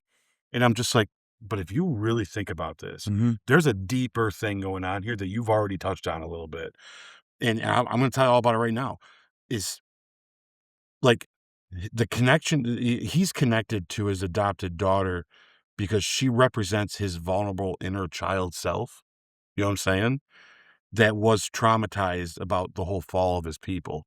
Because he's anyone that's as mean as Thanos and being like, I know he wasn't a kid when it happened, but that your child self never really goes away. Those things you learn, and that little bit of you that is afraid of life and things. So when that stuff happened on Titan and all that, Mm-hmm. that reminded him of like, okay, this is how scary things are, and this is why he grew this complex. If I'm the only one that can get this done, because Mm-hmm. I don't trust anybody else to get it done, Mm-hmm. because they wouldn't when I was screaming for them to do it, right? And that part of him is afraid. So like he was traumatized about the fall of his people. He may have been an adult at the time, but he had an idea and was shot down and blah blah blah. And he wanted to make sure he was the one to get it done. So if you think about her, though, they both suffered from agonizing grief from a civilization's collapse. For her, it was watching half her people, including her parents, die because of him, right? So he saw that with them. They share some like they also share, like, an obsessive control because of it, like, Gamora not seeing that Nebula just wanted a sister, so she always kept fighting because she thought that was kind of what was supposed to happen, and that's what it was a survival thing for her, and also, like, that hard shell that she had around her that, Star-Lord was able to, like, dance his way into. You know what I'm saying? Mhm. Which is Yep. awesome that he could, but not many could, right? Like, that was just it. Her issue with intimacy is a big deal, and it's more about having control of her life than it is about being, vulnerable, actually. And Thanos, with his God complex and seeing others' failures, and how they act, and he only trusts himself to see it through all the way. It all explains why Gamora breaks down crying after she thought she killed Thanos. There is a connection there, even if there is a lot of resentment and hate around it. To support this, there is, like, at the end of the movie, when you look at the symbolism in the structure that Gamora is standing under after Thanos snaps and goes into that place where it's, like, weird and the water place, you know what I'm saying? Which is Mhm. kind of the soul realm, right, Yeah. I guess? Yep.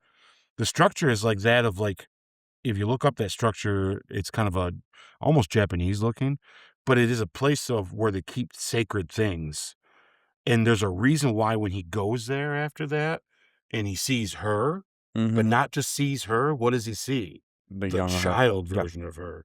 So it's like him looking at this mirrored image of the thing he was afraid of. So he liked her. He saw in her this fight and this drive, and he fed it. And she became this powerful thing. And he likes that about her. He likes that she's not a good liar. He likes that she gets things done. He's proud of her. Like, it's all over this, but it's also deeper than that, in that sense of, like, they're basically trauma bonding if you think about it. They've Mhm. trauma bonded because even for her, she hates him and wants to kill him and even tries to kill him. And when she thought she killed him, what'd she do? What's the first thing she did? She Start crying. cried. And it's like, you're almost like, why would you cry over that piece of crap? But it's like, oh, because there's something there. There was a thing there. At one point in time, she trusted that guy for sure, Mhm. and took all of his advice and understood it. It's just when it's just the good in her that's obvious that sees the bad that he's doing. But even then, look at the bad she would do. She'd hurt her sister over and over again Mhm. and continue to fail to see that she should have just been her sister and try to help her. Yep. Because it's the same thing. They had the same problem, you know? Gamora was a few bad days away from being a villain herself most of her life, Yeah. probably, if you think about it, you know? Well, she got that title, I think the fiercest woman in the galaxy or something like Yeah, that. yeah, all because That's of all him, because of him. and and it's all because he loved her enough to get her there to do it, Mhm. you know? And so I don't see why they have trouble believing this. It's all over the place. Yeah. I think it's brilliant that when you get to it's the younger version of her that you see and not her, like, the adult her, Mhm. because it's like, "Oh, wow, this is him reconciling with that and seeing that pain that, 'Look what you did. Was it worth it?' kinda thing." You know what I mean? Mhm. And at what cost? And he's like, "Everything." Everything. Yep. And it was. For him, it was. It's believable. And for a brief second, you're kinda like, "Aw," Mhm. but then you're like, "Oh, yeah, you're a piece of shit." But it's like, "Aw," you know what I mean? Like, how genius to write that in. This is the writing that I just can't believe this writing. It's so good. It's Mhm. so good.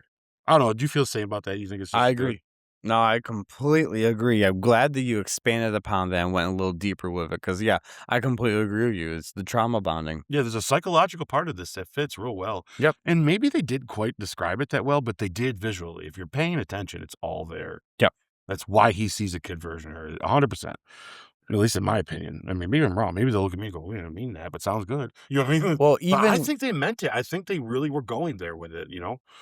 mhm, even I it'd be interesting to really dig into because there's a deleted scene in Endgame where when Yep, Tony does the snap, he sees Morgan at an older age, and she says, "Everything is fine thanks to you, Dad." yep.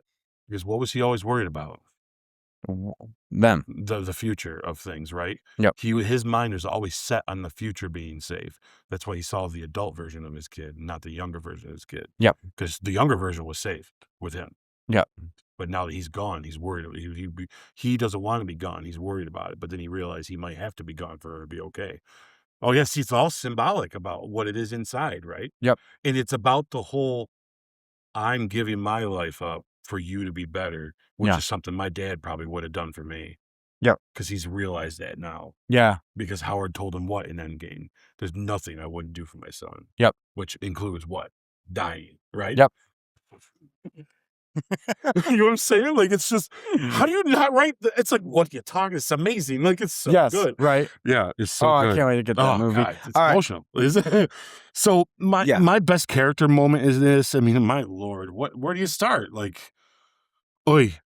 So, for my best character moment, there's one thing that we didn't mention too much of is that Thor took the power of a star To yes, to his through his back, yeah. The whole chest area. That he lived, and I love that they gave Groot a purpose of being there. Oh yeah.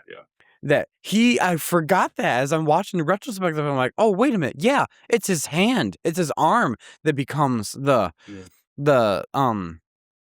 what do you call it? The handle for the axe. Yeah, that's awesome. It's so genius. Anyways, yeah, I had to throw that out there before I forgot it because that is just wow. Yeah, it's good stuff. Thor can live through that. This dude is powerful. Hell yeah. He's right?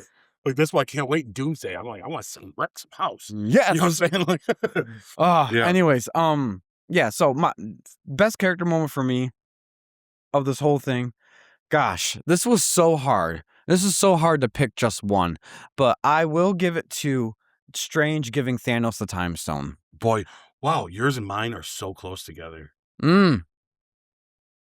Yeah, because like we said about Strange before, he does better in other people's movies. He's so good in other people's this movie is his best so far. It's so freaking good. The next time he tops this is not Endgame, it's No Way Home. Yeah.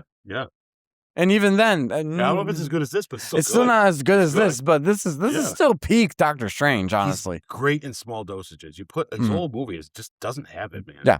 It's boring or it's misused, right? Or it's someone else's movie. Yeah. Because like when we get the Multiverse of Madness, it's obviously should have been called Wanda. Yes. Or it should have been called it should have been Scarlet Witch in the Multiverse of Madness. And it should have been more multiverse. It goes through no arc in that movie at all. Yeah. He actually, that's what I said before in here, and I'm going to hold true to it. That movie is character assassination for almost everybody. Yeah. Anyways, let's look at it through the lens of my theory, which tune in for that, guys. Anyways. Yeah. Yeah, so I gave it the Strange giving Thanos the Time Stone because he sees and he gives the title of the next movie. We're in the end game now. Yeah. He says that to Tony, and Tony remembers that. Mm-hmm. And I think that is very pivotal because he did that to save Tony's life because he knows that the only way for us to actually win is if Tony is the one who gives his own life. Yeah. And that's reinforced at the end of Endgame when Tony looks at him and he just holds up the one finger like there's only one way this ends. And Tony already knew it has to be me. Yeah. And Strange lets it happen. Mm-hmm. And because it's the only way. He saw what he says in here. He saw like over 70 million or something crazy. 40. Yes. So, some crazy number and 1 and 11 or something weird. And how many of them do we win? 1. Wow. Which is kind of the basis of the theory I have. The argument is there had to be a combination of heroes that beats Thanos. But if you look at it in the context of not only is it the Thanos thing that we win because of this way, it's later as well. Well, I think that's why I'm how your theory really has more validity to it and holds up, in my opinion, is Multiverse of Madness. Because in Multiverse of Madness, they defeat Thanos.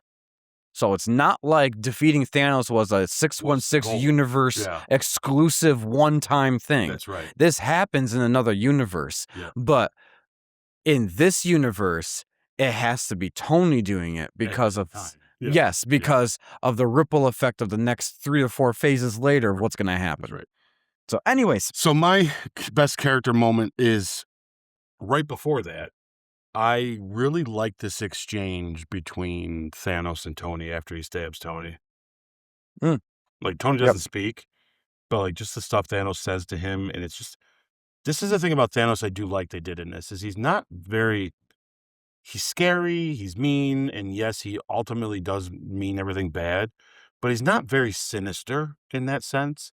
We get more of a sinister Thanos when we get to the end of Endgame Yeah. because, well, it's because it's all, he's all bets are off because he Yeah. knows he loses, right? Yeah, well, because he realizes he wins, and the only reason that he would ever lose is because of them. So he's like, I'm just gonna wipe you all out Yeah, now. exactly. So he's just a pissed off At Thanos. that point, that's the Thanos of the wartime Thanos, Correct. more Yeah. than the I'm just gonna do it now, like Yeah. he's doing here. Anyways, So I like that he tells Tony that you earn my respect. yeah, I hope they remember you. There's just something about that where Tony's just like, just can't believe you stabbed. But like, I just like that moment for both of them though, because Tony's realizing that this is it. You know what I mean?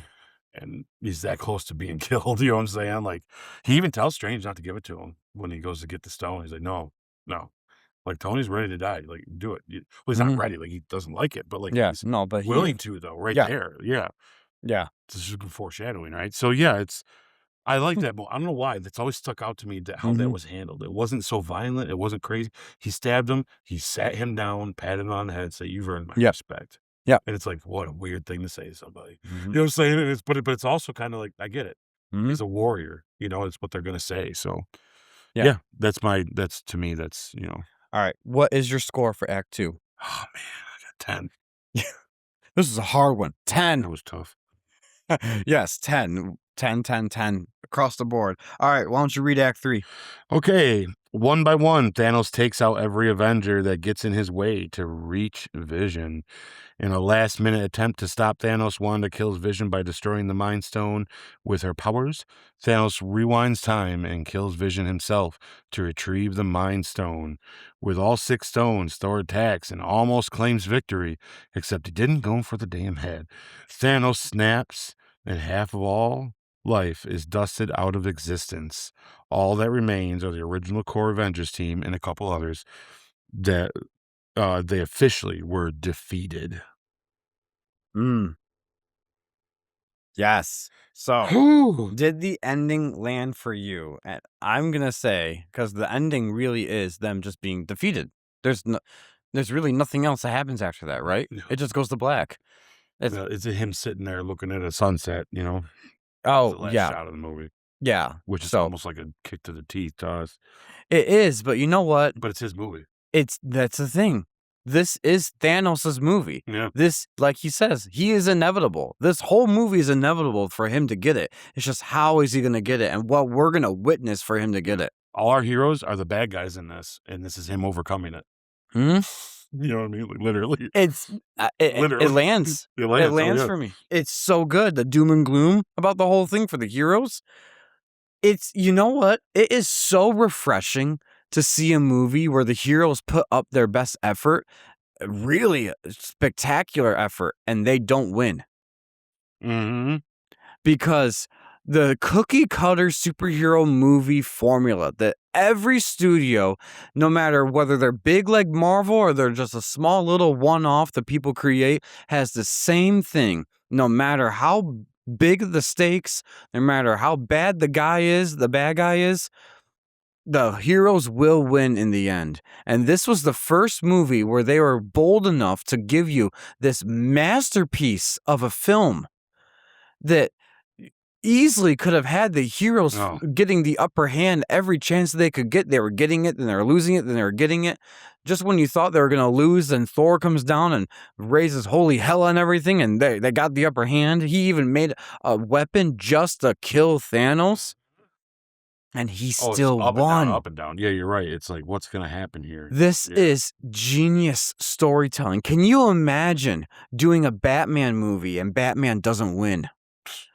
It would be epic, especially if they tell it right. But this movie is proof that any movie from here onward where the heroes don't win, it only worked because this movie worked. I agree. Yeah, 100%. You can even call that a hot take. I had a different hot take, but that is a kind of a hot take right there. That this is such a good ending to this movie.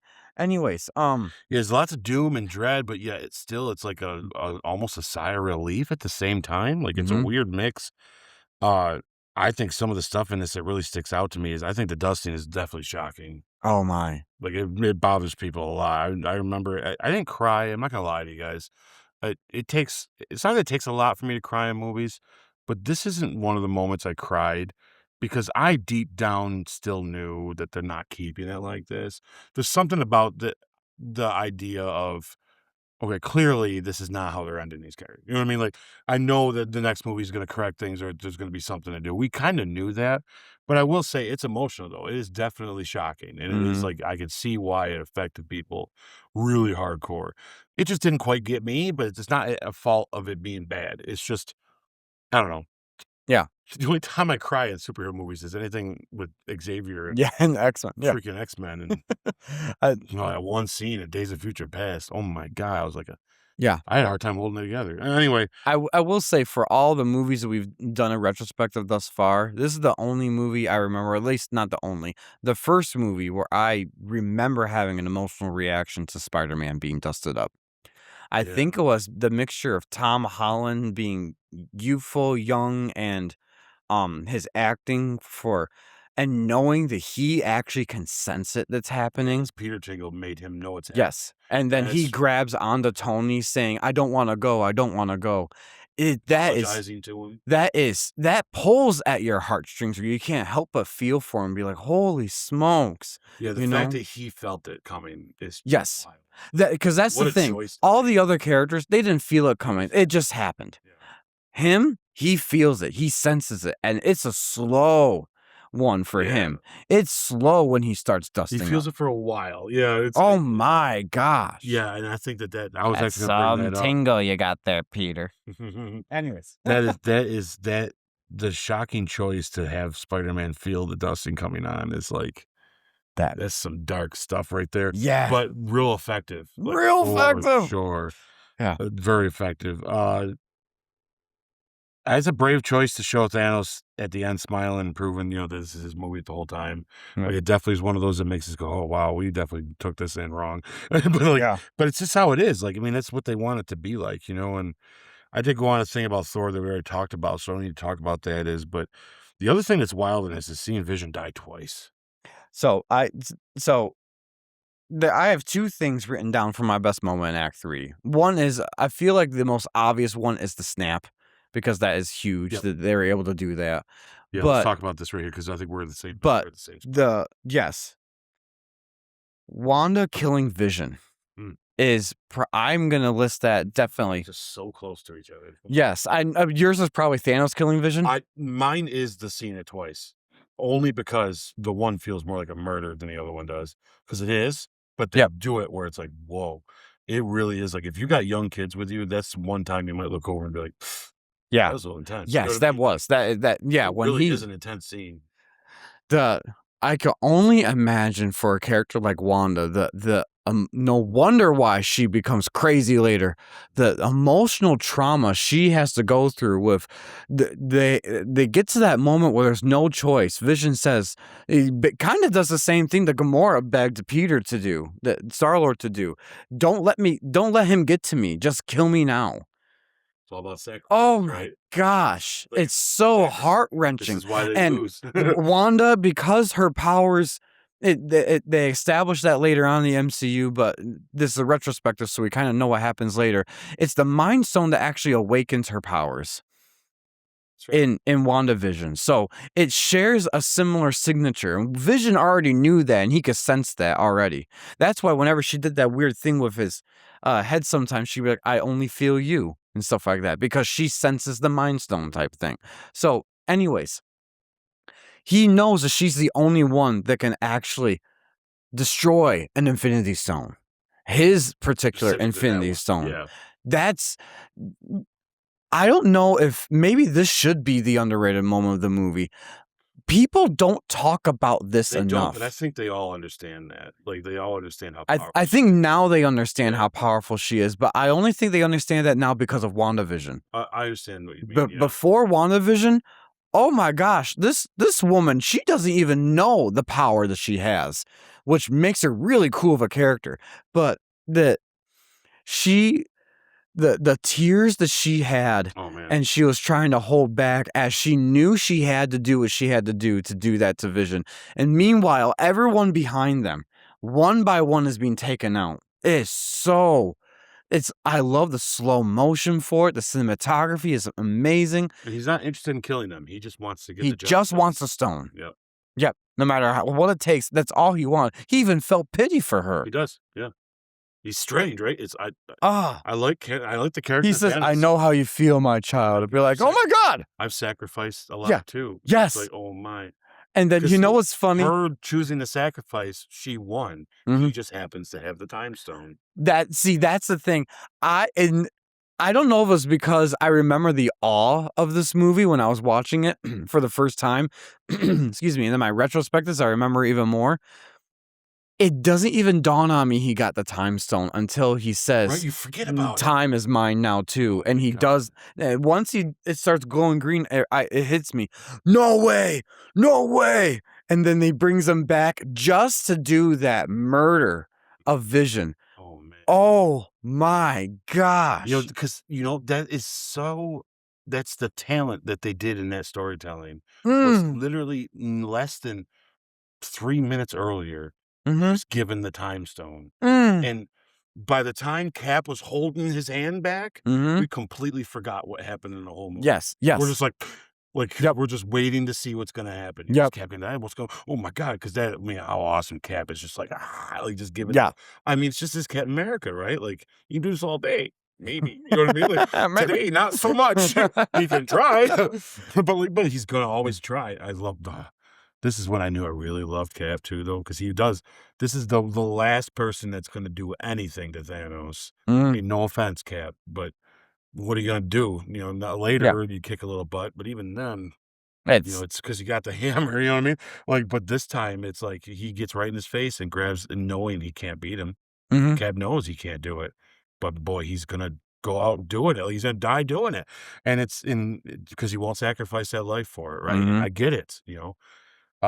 Yeah, it's just we forget. You're right. The first time seeing the movie, and then he says, "Then the time as soon as it green," I'm just like, "Oh my God, that's right." And boom, there it is. And it Mhm. is a murder, man. Like he rips it out of his head and he just goes all limp and oh my Mhm. God. It's rough. It's a rough watch. It's awesome though. Mhm. It's pretty awesome. This movie, man. This is so good. This This is That- so good. So, this movie. what's your biggest issue? At the end here, Yeah. Right? What do we say? What's the biggest issue? I can't even think of a funny, sarcastic thing to say. It's so good. I can say one. Okay, good. And the thing is though, is there's nothing wrong with it. Okay. But it sparked a controversy about this movie still. Oh. I will be honest with you. I guess if I was making this movie, the one thing that didn't need to be done was Thanos didn't need to say the whole "you should have gone for the head," because man, everybody just goes wild about that. Like they're all just like, "Why didn't he go for the head?" And then, like I explained earlier, it's because Thor wanted him to know he was killing him. But Thanos pointed out and made it like obvious he didn't. So I'm just kind of like, there could have been a better choice words there at the end. You know what I'm saying? Like, I don't know. I'm trying to hold myself to the fire to come up with something. I guess the only thing I'll say is there's nothing wrong with it, and it's not going to hurt the score of this movie at all, for sure, because it's fine. But if you didn't say you should have went for the head, I don't think the internet would have ever blew up about the fact why did Thor just cut his head off. I think Yeah. because they specifically said it, kind of made you go, I think about it. But I Yeah. think they planned on that being that way because what's Thor do Yeah. later? He Right. cuts his head off. He doesn't even talk with him. He's Yeah. you know what I mean? Yep. And they're he even like, and he "Whoa, re- bro." and he yeah. Yeah, Why are you surprised? This is Yeah. what you wanted. And then he just says, "I went for the head." Yeah. Like he learns. And I think obviously they planned this, but just part of me was like, I don't think this would be a thing online of like oh, why didn't he go for the head? It's like they want you to think this, guys. Like, don't. Well, see, another thing too is it's easy in retrospect to say stuff like that and to think that way. Right. He's in the heat of battle right there. Yeah. His only goal was to hit Thanos. It didn't matter if his leg, his arm, wanted his him- torso, yeah. his head. It didn't matter. He hit him, and it was painful. And Thor wanted him to look him in the eyes while he died because you killed my best friend and my brother. Yep. You know what I mean? Like, that's what he wanted. Like, it's what he's going to go for. Mhm. Because he's a Viking. That's what they're going to do. You're lucky he didn't blood eagle the son of a bitch. Yeah. But it's like, it's one of those things where. Killing Thanos that quickly was mercy compared to all the stuff that he just did. You're 100% right. So, Thor's justified there. It just so happens Thor didn't realize he had everything right there. That's the only thing. If Thor knew, he probably would have tried to done something a little different. He didn't know. None of them knew. They just knew that he was there. Yeah. Anyways. Yeah, 100%. And my best moment is, killing Vision twice. Or that whole, what we just talked about. Yep. From the whole him getting there and getting up to it and using the time. Yeah, that is just genius storytelling. We forget that he even has a time stone. He took the words right out of my mouth with it. So. Yep. All right. So what's the climax earned? Yeah, right? Yeah. No, it wasn't. Yeah. I mean, it was. I love the poetic justice of Vision doing the same thing to him too. Like, that's awesome. Yeah. Anyways, this is the moment, guys, Vision. that Vision decides to save Steve Rogers from that one Black Order member that I don't even know all their names, but Corpus, I don't know. Yeah, something Cornelius. Yeah. So, anyways, the score for Act 3. 10. It's a 10. Yeah. There's no other way. You guys know where this is going, right? Right? So now you know our score now, pretty much. Yeah. So now we're gonna tell you the things we like, and we'll give you the official score, and we'll do our whole thing. Well, you know where we're going. Yeah. So we're gonna do the post-credits scene before we get into all the other nitty-gritty, funner parts. I feel like of this. So the mid-credits scene. In the aftermath of the snap, Nick Fury and Maria Hill are driving through chaos when they begin to disintegrate. Before disappearing, Fury activates a mysterious pager displaying a symbol, the logo of Captain Marvel. Ooh. It sets up Captain Marvel, which is a future movie already coming down the line. How important is this to the MCU? I'd say very important. Yeah, pretty big. I remember at the time being so hyped for this, so I put the hype level as 100%. Me too. We didn't even know what this character was going to be like, and I was already like, yep, I want to see it. I just want to see Carol Danvers. Scene should be. Yep. Perfect. So 10 out of 10. Yep. All right, now the fun part, guys. Our deep dives. Oh, this was harder than I wanted it to be. This is so hard. I definitely am going to surprise you, I think, with my picks. Yeah. I had to do a lot of thinking. You're going to laugh at one of them, I know. Okay. Yeah. All right, so, guys, best performance. I will be completely honest. For all of these, except for one, I have multiple people. I narrowed it down to 3. Yep, I did narrow it down to 3 as well. I couldn't get lower than 3. It's hard. And I also wanted to pick people that weren't too obvious. I really wanted to examine every character, even some that sometimes don't get their due, just to see if they did it. The obvious ones is the one you got to go with too, though. That's the thing. You know what I mean? Like, yeah. So mine might be different than yours for that reason. But you have 3 of them. I have 3 of them. Why don't you start? Then I'll go with my next one. And okay, I'll do my first. We'll go back and forth. I'm gonna go from your top or your I'm gonna go from my 3? least to the top. So I'm gonna do the least best to the top best. Okay. I'm gonna give this to Paul Bettany in this movie. Okay. Give it to Vision. Okay. This is the best Vision that we get. Don't get me wrong. I think here's the thing. I think we get better stuff out of Vision in WandaVision. Although I'm not counting the TV shows when we do our movie stuff. I know we got to take things out of those TV shows and we do our stuff. But in my headcanon, I like to always pretend those don't exist because I never liked the idea of them doing it. And so in the movies wise, at least, this is the best we get of him. And it is really it's emotional. It's great. We get to see him as him in it.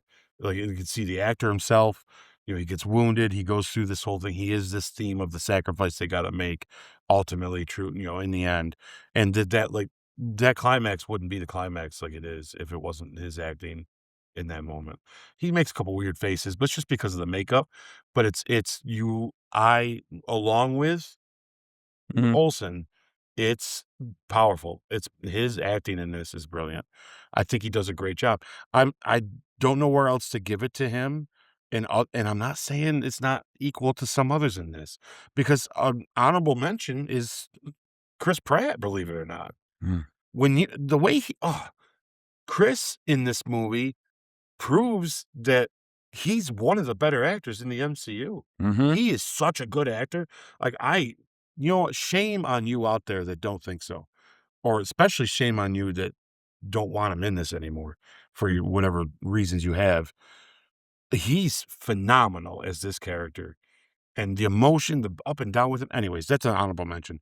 But yeah, no, Paul Bettany. That's my first at the lowest. You Mhm. know, Okay. So my first at the lowest, number 3 technically of 1, 2, and 3 is Benedict Cumberbatch. yeah, good choice. That like we said, does great in other people's movies, and in this movie, he's great at the leadership position. Yeah, The visual effects for him, he does the acting really well. So it's just fights. what I particularly love the most of him in this movie is hi- his conversations with Tony all the time. Every one of them is so good because I love it when he says to Tony, I can't he says to Tony, "How does someone with that big of an ego fit in your head?" Mhm. But he's the same way to a degree, you know? Not only is he the same way, he used to be the same way. He used to be exactly like Tony in the Doctor Strange movie.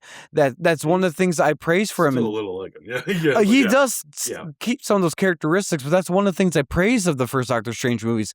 Benedict Cumberbatch's character had a full arc in yeah, that movie. agreed. That It's crazy what they do with him later, to be honest, but Mhm. that was fantastic. So I just have to give him number 3 for me. Yeah, I mean, hey, that's it's a coin toss, some of these. Right? All right, what's your number 2? My number 2 is Chris Hemsworth. Holy Lord. See, not only is this some of the best Thor, it's the most powerful Thor, and that scene when he's talking to Rocket, and then Mm, all that stuff, making the hammer or making the axe and then coming down and whooping butt, just yeah, and honestly, I really wanna point out the one that sticks out the most is his acting in the beginning, like, j and where he couldn't even talk. mhm, Is great. Like, he's just so good in this role, mm, and this is, like, the seasoned thing. This is where the top 3 of the MCU, clearly Iron Man, Captain America, and Thor, and this is when Chris I'm not saying he hadn't claimed it before, mhm, but this is like, if there was any doubt, it's gone now, for mhm. me, personally, but he's the 2nd for me in this. All right, so good pick, good pick. My second is Elizabeth Olsen. Yeah, good choice. Boy, I almost The did that too. the emotion that she can bring to this character, the just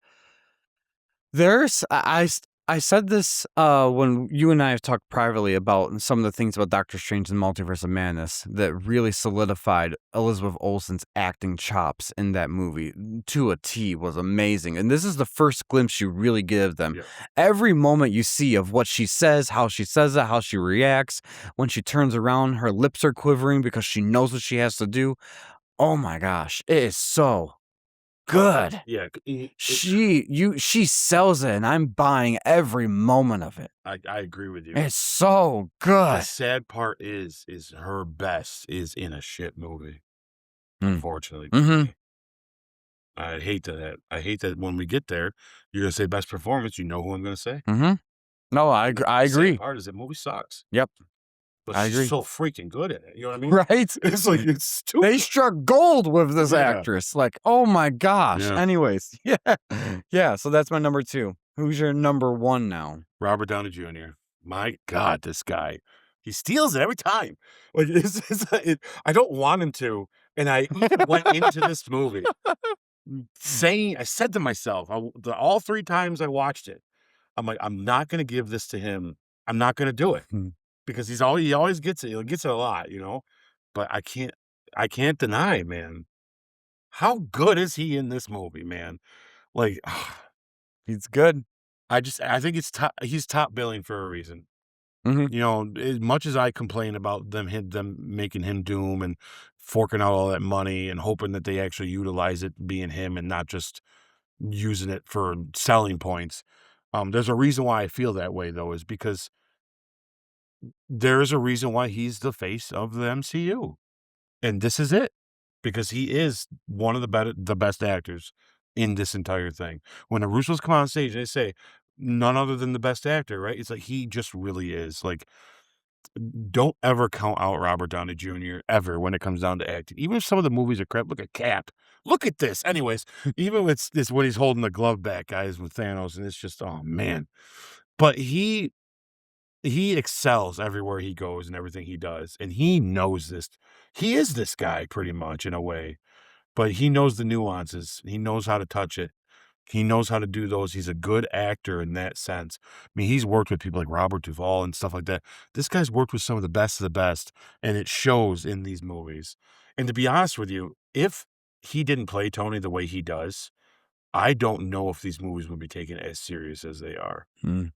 I'm not saying the rest of them can't be as good, Mhm. but he truly does bring it home, man. No, he is like a secret Like, sauce to if the we need a MCU. home run because we're down a point, you take Robert out to the plate, Yep. and you're gonna win the game. Yep. That's pretty much what it comes down to. Especially if he's written well, which they know how to And write and him. and he's the kinda actor that he's gonna read something and tell me Mhm. and say, "This my character's not gonna say that." Yeah. Yeah. So, you could write shit, and he's gonna fix it. That's how good he is, you know what I'm saying? But you're right. As long as it's there and it's agreed on, he's got it, man. Mm. He's got it. So I gotta give it to Robert Downey. Very compelling, very good. My number 1 is Josh Brolin. For a villain, this he nails Yeah, it's this good. role. He is so good, and you can say, "How can you give it to him when he's just CGI?" Oh, He but that's it's not all not. CGI, It's yeah. not. No, what Yeah. he has to put a suit on. They're capturing every bit of his facial features, everything. There's no denying you look at him and you're like, "Oh, he looks like Josh Brolin." It's because he is Josh Brolin. Yep. The acting that he does in this, there's emotional beats to it that he's got. The most villainous beats. Oh my gosh, it is so good. And this just to me, when it dawned on me, who would I give the number one spot to? And I easily could have put RDJ and Chris Hemsworth because I do love them and I think they're great in there. But I'm really looking at some of these characters. I'm like, it's very purposeful that they made him be your main focal point of the movie. This is his movie, and I think that for that reason, they do him very well, and he performs it very well. It's not just that they wrote it for him, he Agreed. does it. And so every bit of him on screen is captivating when he Yeah. walks on. So I gave it to Josh Brolin. Yeah, great choice. Yeah, one of my favorite things that they chose to do with this villain in particular, and they do, I think, with most villains, actually. Actually, I think the MCU's been pretty good about this, but this one, it really stands out because he is that full CGI villain when the rest of them aren't so much. Like, there's some that are, like Ultron and all that, but, like, Mhm. is they didn't do anything to his voice, though. Like, Yeah. he just sounds like Josh Brolin and looks like Thanos. Mhm. And it's just it works so well, like, Yeah. it feels real. I mean, look how real that looks. You'd think that thing was walking around. Right? Yeah. This the moment where Thor is holding his head Yeah. as he's pushing Stormbreaker into Look into him. my eyes while you Like, die kinda thing, yeah, yeah. the facial features he's got, the way his lips move, every bit of it. So good. So good. Sorry, guys. I have a fly that's trying to get in my hair. Anyways. So, yeah. All right. Most surprising performances. How many do you have for this? I boiled it down to 1, Okay. believe All it or right. not. All right. But I already talked about it, so I'm gonna just say his name quick, and we can move on to you. Chris Pratt was I just can't believe how much when he's funny, he's funny. When he's serious. When he's emotional, he's emotional. The guy just delivers every darn time for me. Mhm. You know, I I'm very particular. Maybe I'll explain how I pick these sometimes, because sometimes I don't want to go by the natural selection of what feels right. I'm really look at these people. Of course I judge acting maybe a little differently than a lot of people, and I look for the nuances count. You know what I mean? Mhm. And he just happens to have some of the best of it, and Like I Mhm. said, he's one of the top 4 or 5 best actors in the MCU, and even a small part that he has, he just shines in this, and Mhm. they're just those moments have to be believable, even if they're small, and Yeah. they are. Because when he's funny, it's just funny, but when he's serious, like, when he realizes that he killed Gamora, it is like, "Whoa," you know what I mean? Like, but the pain in his face, it just that's an actor that does that well, and I don't know, I can't say everyone else did that in this, you know? So, yeah, I'm just gonna I have to give it to first. It was a surprise, but Mhm. see, surprising performance to me also kinda it means to me something that I didn't expect to feel, Yep. right? Yep. When I think I'm sometimes when I do the casting wins and misses, I think I always view the casting win as almost equal to or on par with best performance. Mm. I look at if you get a casting win from me, it's me saying you're just as good as the top bill Mhm. because it was a win that they got you. You know what I Yeah. mean? So that's why you'll see who I put there, and you'll see why I did it that Mm. way. But yeah, no, Chris Pratt though for my most surprising, if I had to say it. So Okay, well, I have 3 for that. go for it. Let's So, hear 'em. number 3 was Chris Pratt. Nice, Yep. nice. I'm glad you Yep. see that because he's easily could be just as a side character. Yeah. I don't know. I No, think no, he's definitely, I feel like this movie, he easily could have gotten lost in the crowd of all the other bigger names or bigger personalities are right there. He doesn't. no, He shows in this movie he could stand toe to toe with them and be on par with them. he almost does better in an ensemble. Like you know, what I mean? It's It's weird. so good, Yeah, yeah. yeah. Alright, number 2 for me is Zoe Saldana. Good choice. That Man, that was rattling around in my head too. I put her as a surprising performance because you got to see the character growth of her throughout every one of these films, especially from Guardians 2 to this one, like, amazing, and she puts on this great dynamic performance between her and Thanos that's so well done of Yeah. this twisted family type thing, it's so crazy. I So agree. I think her story arc from when we first meet her in Guardians 1 to her dying is probably one of the most clearest ones. yeah. Like, it's very clear what's going on with It's her. compelling. Yeah, it It's is. so good, Yeah. yes. And then my number 1 is Paul Bettany. Nice. Hey, see? Yep. Yeah. I was surprised because, like I said, I talked about this a little bit earlier before, is that I liked him. He's a good casting for this, and I love that they took it from him just being Jarvis's voice to let's just put the actor in front of the screen because he's Yeah. great at it, and he does great in Civil War, so I'll give him all that credit. But in this one, this is where I started to like him more. And I can see why I like him more. He's got this charm about him that so complements Wanda so well. I Yeah. love that. Yeah, the So chemistry is off the charts. yes. Yeah. Yes. All right. Weakest performance for you. So for the longest time, I'm like, this is hard. This is way too hard. I don't know if I should do it. But I got one, and it's awful. It's the worst of the whole movie. Oh boy. And it's awful because it's so pointless and it's dumb. And I just don't like this person as an actor at all. Hate him. Hate him. Oh, okay. In fact, the reason he is this character is because of how awful of an actor he is. And it makes me wonder why not just hire a nobody because no one's going to know. And it's going to be Vin Diesel as Groot. I'm sorry, Vin, you suck. Like he does. There's one movie I like him in. One movie. all he says is I am Groot. It doesn't even sound like him because he's a teenage Groot. You could have done anybody could have said that. They're just it may not even been him. They might just be saying it was him. I know it is because they've done behind the scenes stuff, but that's how much he sucks. He doesn't even get to play with everybody else. He gets to say, I'm Groot, sits in a room somewhere else and goes home. He's a very hard person to work with.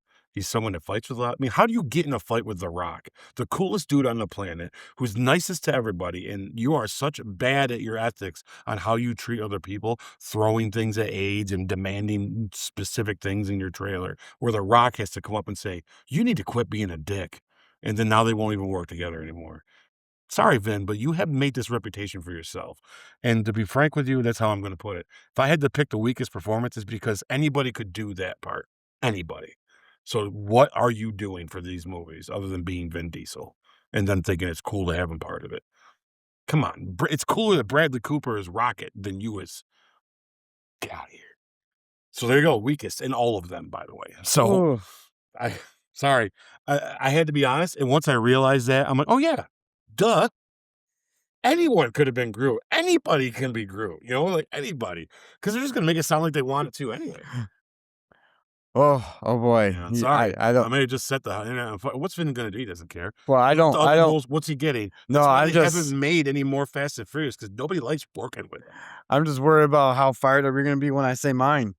Oh no, So, and I'll that's the problem. clarify. I can't think of anybody else. Like, Yeah, I'll clarify why I put this too, because I didn't want to just I could have just easily left this blank.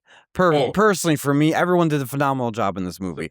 So if when I give this name, it's because on a scale of 1 to 10, this person's like a 9.5. Oh, good. So it means he's so good, but there's something I would have done a little differently, and for that reason, I feel like he was underserved in doing that, and I don't mean it in a bad way. I just mean it. I would have done it differently, and so I put Mark Ruffalo. You're crazy. Get out of here. Oh, what? I wouldn't have put him on the battlefield. I would have put him with Shuri. I think we would have gotten a little more of an intellectual conversation or dialogue or scenes like that. He didn't need to be in a Hulkbuster suit.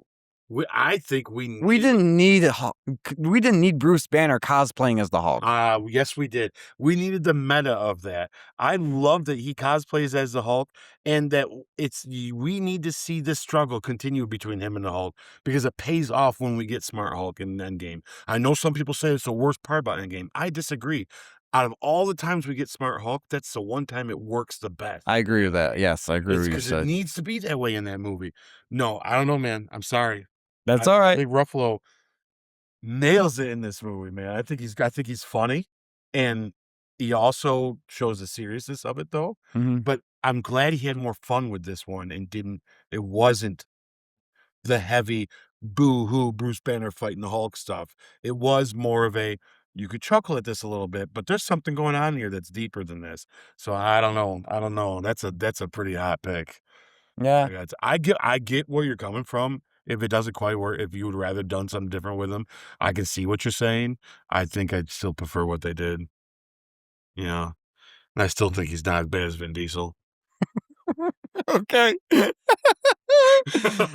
All right. But So, you know, that's a hot take. Mm. Ooh. But like I said, it's only because it's like I get it. it's not like, oh, he's horrible in the movie. No, He does great in the movie. It's just we're picking the weakest of the best, right? So it's hard to, right? yeah. Yeah. So anyways. That's why I had to go hard on it and really be honest about Yeah. how I feel about that actor. Yeah. And I don't care. I'll never, and if I do meet, I'll tell him to his face.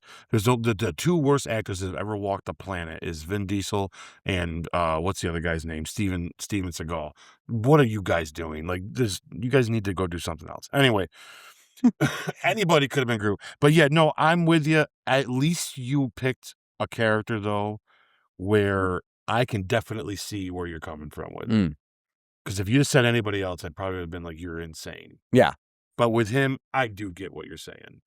I prefer what they did in the movie. I think it works because I like the setup. But you're right. There could have been some other choices with him that could have been. It would have been fun to see him up there and doing it, being all smart in the sciencey stuff. Would have been neat. And you could have still done him doing some action stuff. Hell, you still could have had him get in the Hulk suit. Yeah, exactly. I get it. Right. So I wouldn't have negated that. I just would have. I would have preferred. I loved the couple moments you got of between him and Shuri, and I think that would have been. Like he only is in this movie to show us the Hulk problem. Yes. There's not a lot he does. Exactly. I mean, he does call Cap. You know, he is the one that does call Cap. But but that's because he was the only one that was left and had Tony's phone. There. Yeah. So like, but you know, you're right. It is a. I think that they could have done a little more with him than that. But that doesn't take away when he did have dialogue and he did have lines. They were great. Yeah. Yeah. And I don't think it hurts. No, it definitely doesn't hurt the movie at all. I'll agree with that. It definitely doesn't hurt it. So, anyways, casting wins and misses. The cast, I don't have any misses. I think we're great. Yep, I mean, no other than misses anyone here. could be Groot. I'm just gonna leave that all the time now, guys. That's my answer. But the casting win is definitely Thanos. Is Josh Brolin as Thanos? Yeah, to me, that's that you got the same on par with the top billing guy with RDJ. That's what an amazing to echo everything you said. Really, it's the mocap part of it. The guy, when you see the behind the scenes of him doing it, you see him diving into it. I gotta tell you, screw Academy Awards because why he didn't get nominated for that blows my mind.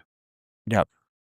Like, you're gonna nominate Andy Serkis as Gollum, then you have to nominate Josh as Yeah. Thanos. You Yeah. have to. I've always been shocked at the movie industry at large, because isn't the industry at the end of the day a business making money? Yes. And the only way you make money is if you have fans that want to see your projects. So any of these people that say they're not artsy enough films, they're not real cinema, what the heck is wrong with you? This is storytelling 101. Is peak. It's just in a superhero suit. That's all. And it should be recognized as the great acting. Some of these people, like Elizabeth Olsen, easily should have been like at least for Multiverse of Madness been part of the best actress category for that year. Like, that's amazing stuff. These people don't have to go that far, but they do. Yeah, they go the distance. So. Yes, so why? I mean, I do like the idea that movie studios aren't prioritizing that to get awards, because I feel like that's where, no, you should just be telling a good movie and good story just because it's a good movie and good story, not to win an award. But at the same time, I think the rewards are supposed to be reactive to what that we're all seeing. And this clearly should have been a Best Picture nominee Yeah, at the very least, like. It blows my mind they put Black Panther over this. But we talked about that. That's the cultural thing. Political. Yeah. And that's what the Academy Awards is. It's political. That's why you're not gonna see this and that, because they just Which is too dismiss it. bad, because There's too many important messages that they wanna throw at us, whether you agree with them or disagree with them. Some I agree, some I don't. But the point is that's their goal in that. Their goal isn't to really tell you who the best is.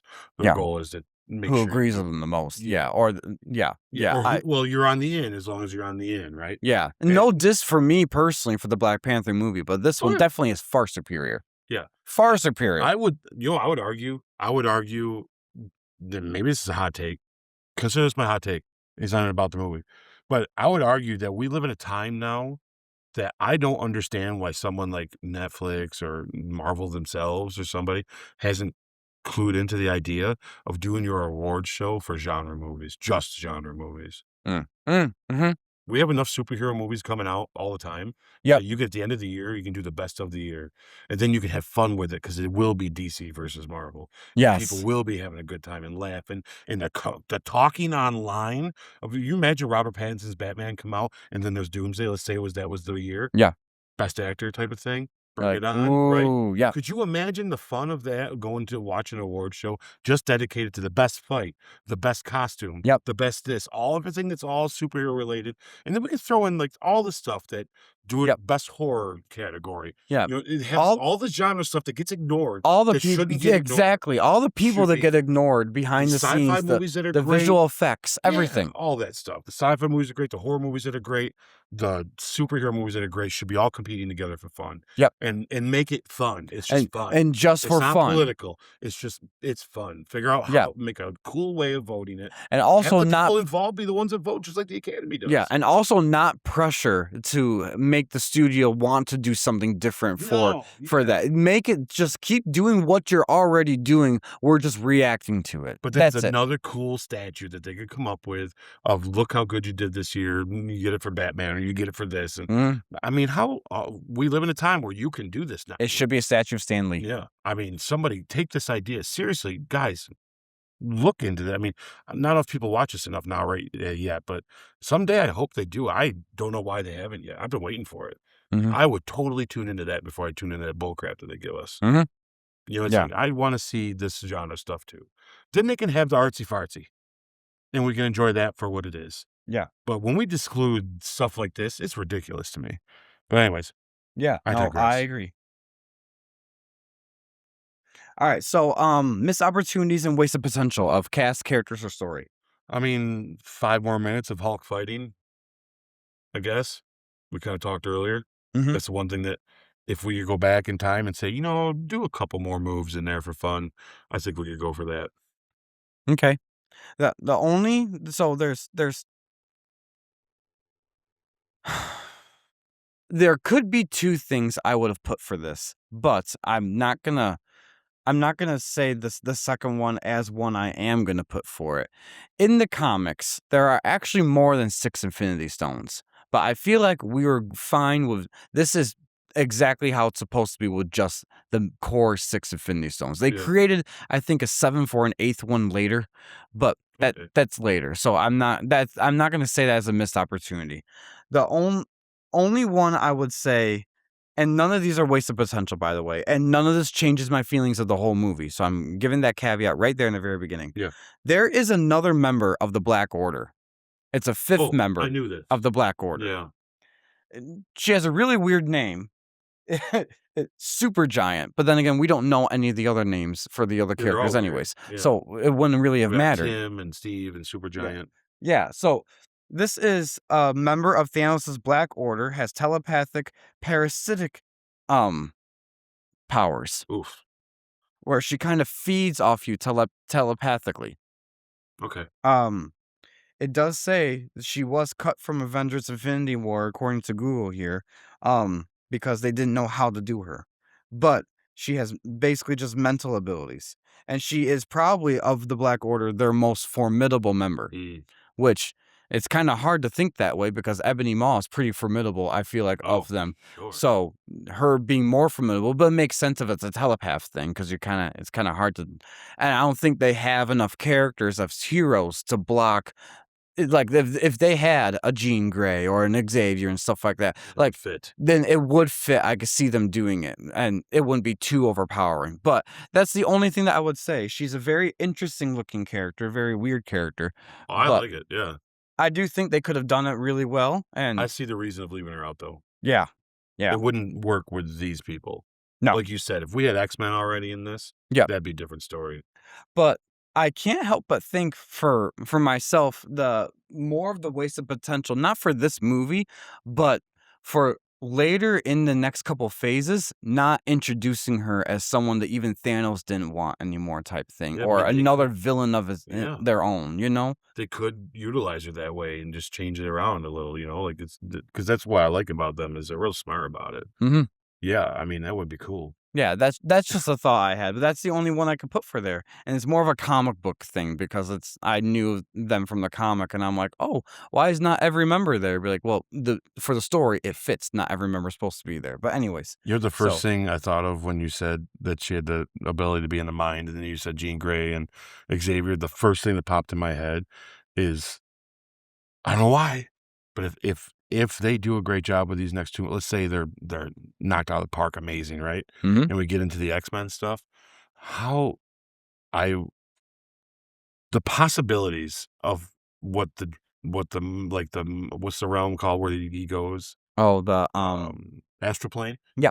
The possibilities of what they can do with the astral plane stuff Limitless. could be just as cool as like that scene in Far From Home, right? Mhm. Yeah. I mean, Yes. it could be some wild stuff, right? Like it'd be Yes. some cool stuff.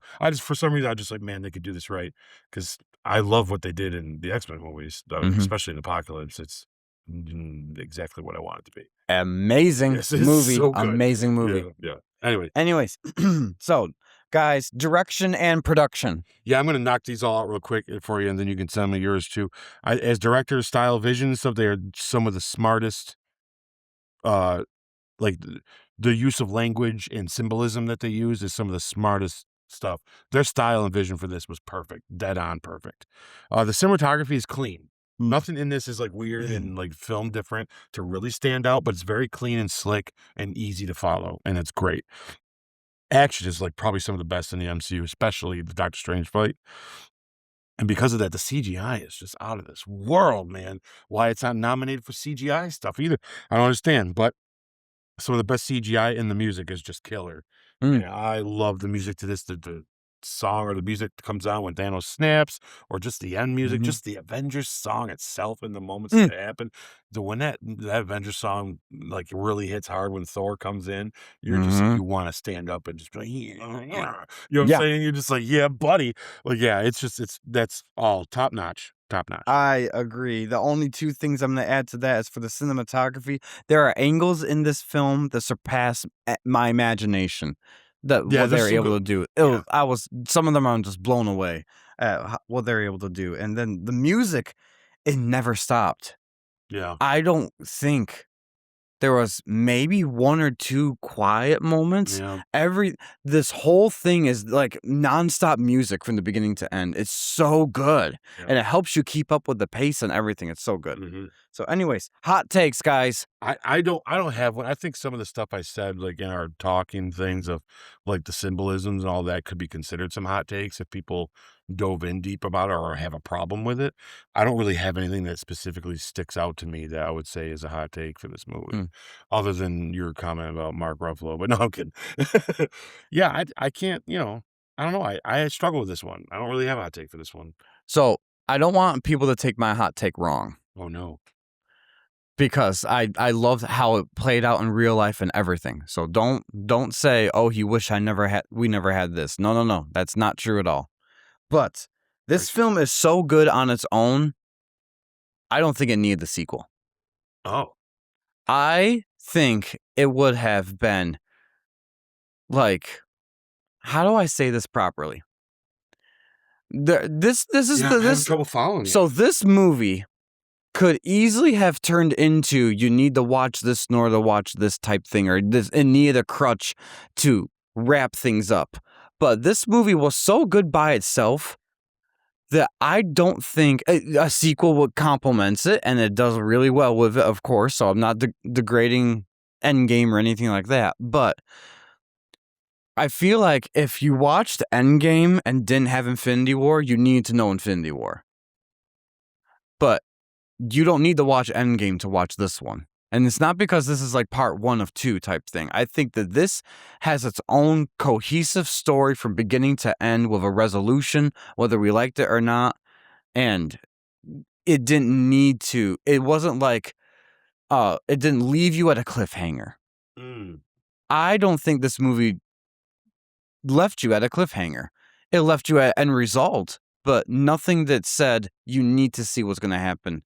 Or you like, if they ended the MCU with this movie, I don't think anyone would have been satisfied for it. But Oh, hell no. Yeah. yeah, But I know what you're saying. but this is the type of movie where I'm shocked they were able to pull it off the way they did, and the ending was, dare I say, satisfactory. Huh. Okay. Yeah. You know what? I'm gonna sit on that hot take before I really give you a bad. I like it because I want to like be like, what the hell are you talking about? But also, I think we need to revisit that after we will do Endgame. Yeah. Why I say that is because I don't want to confidently sit here and say the part of it I agree with you for sure is with Endgame. If you don't watch Infinity War before Endgame, there might be a sense of it that is hard to understand why it's so important. Okay.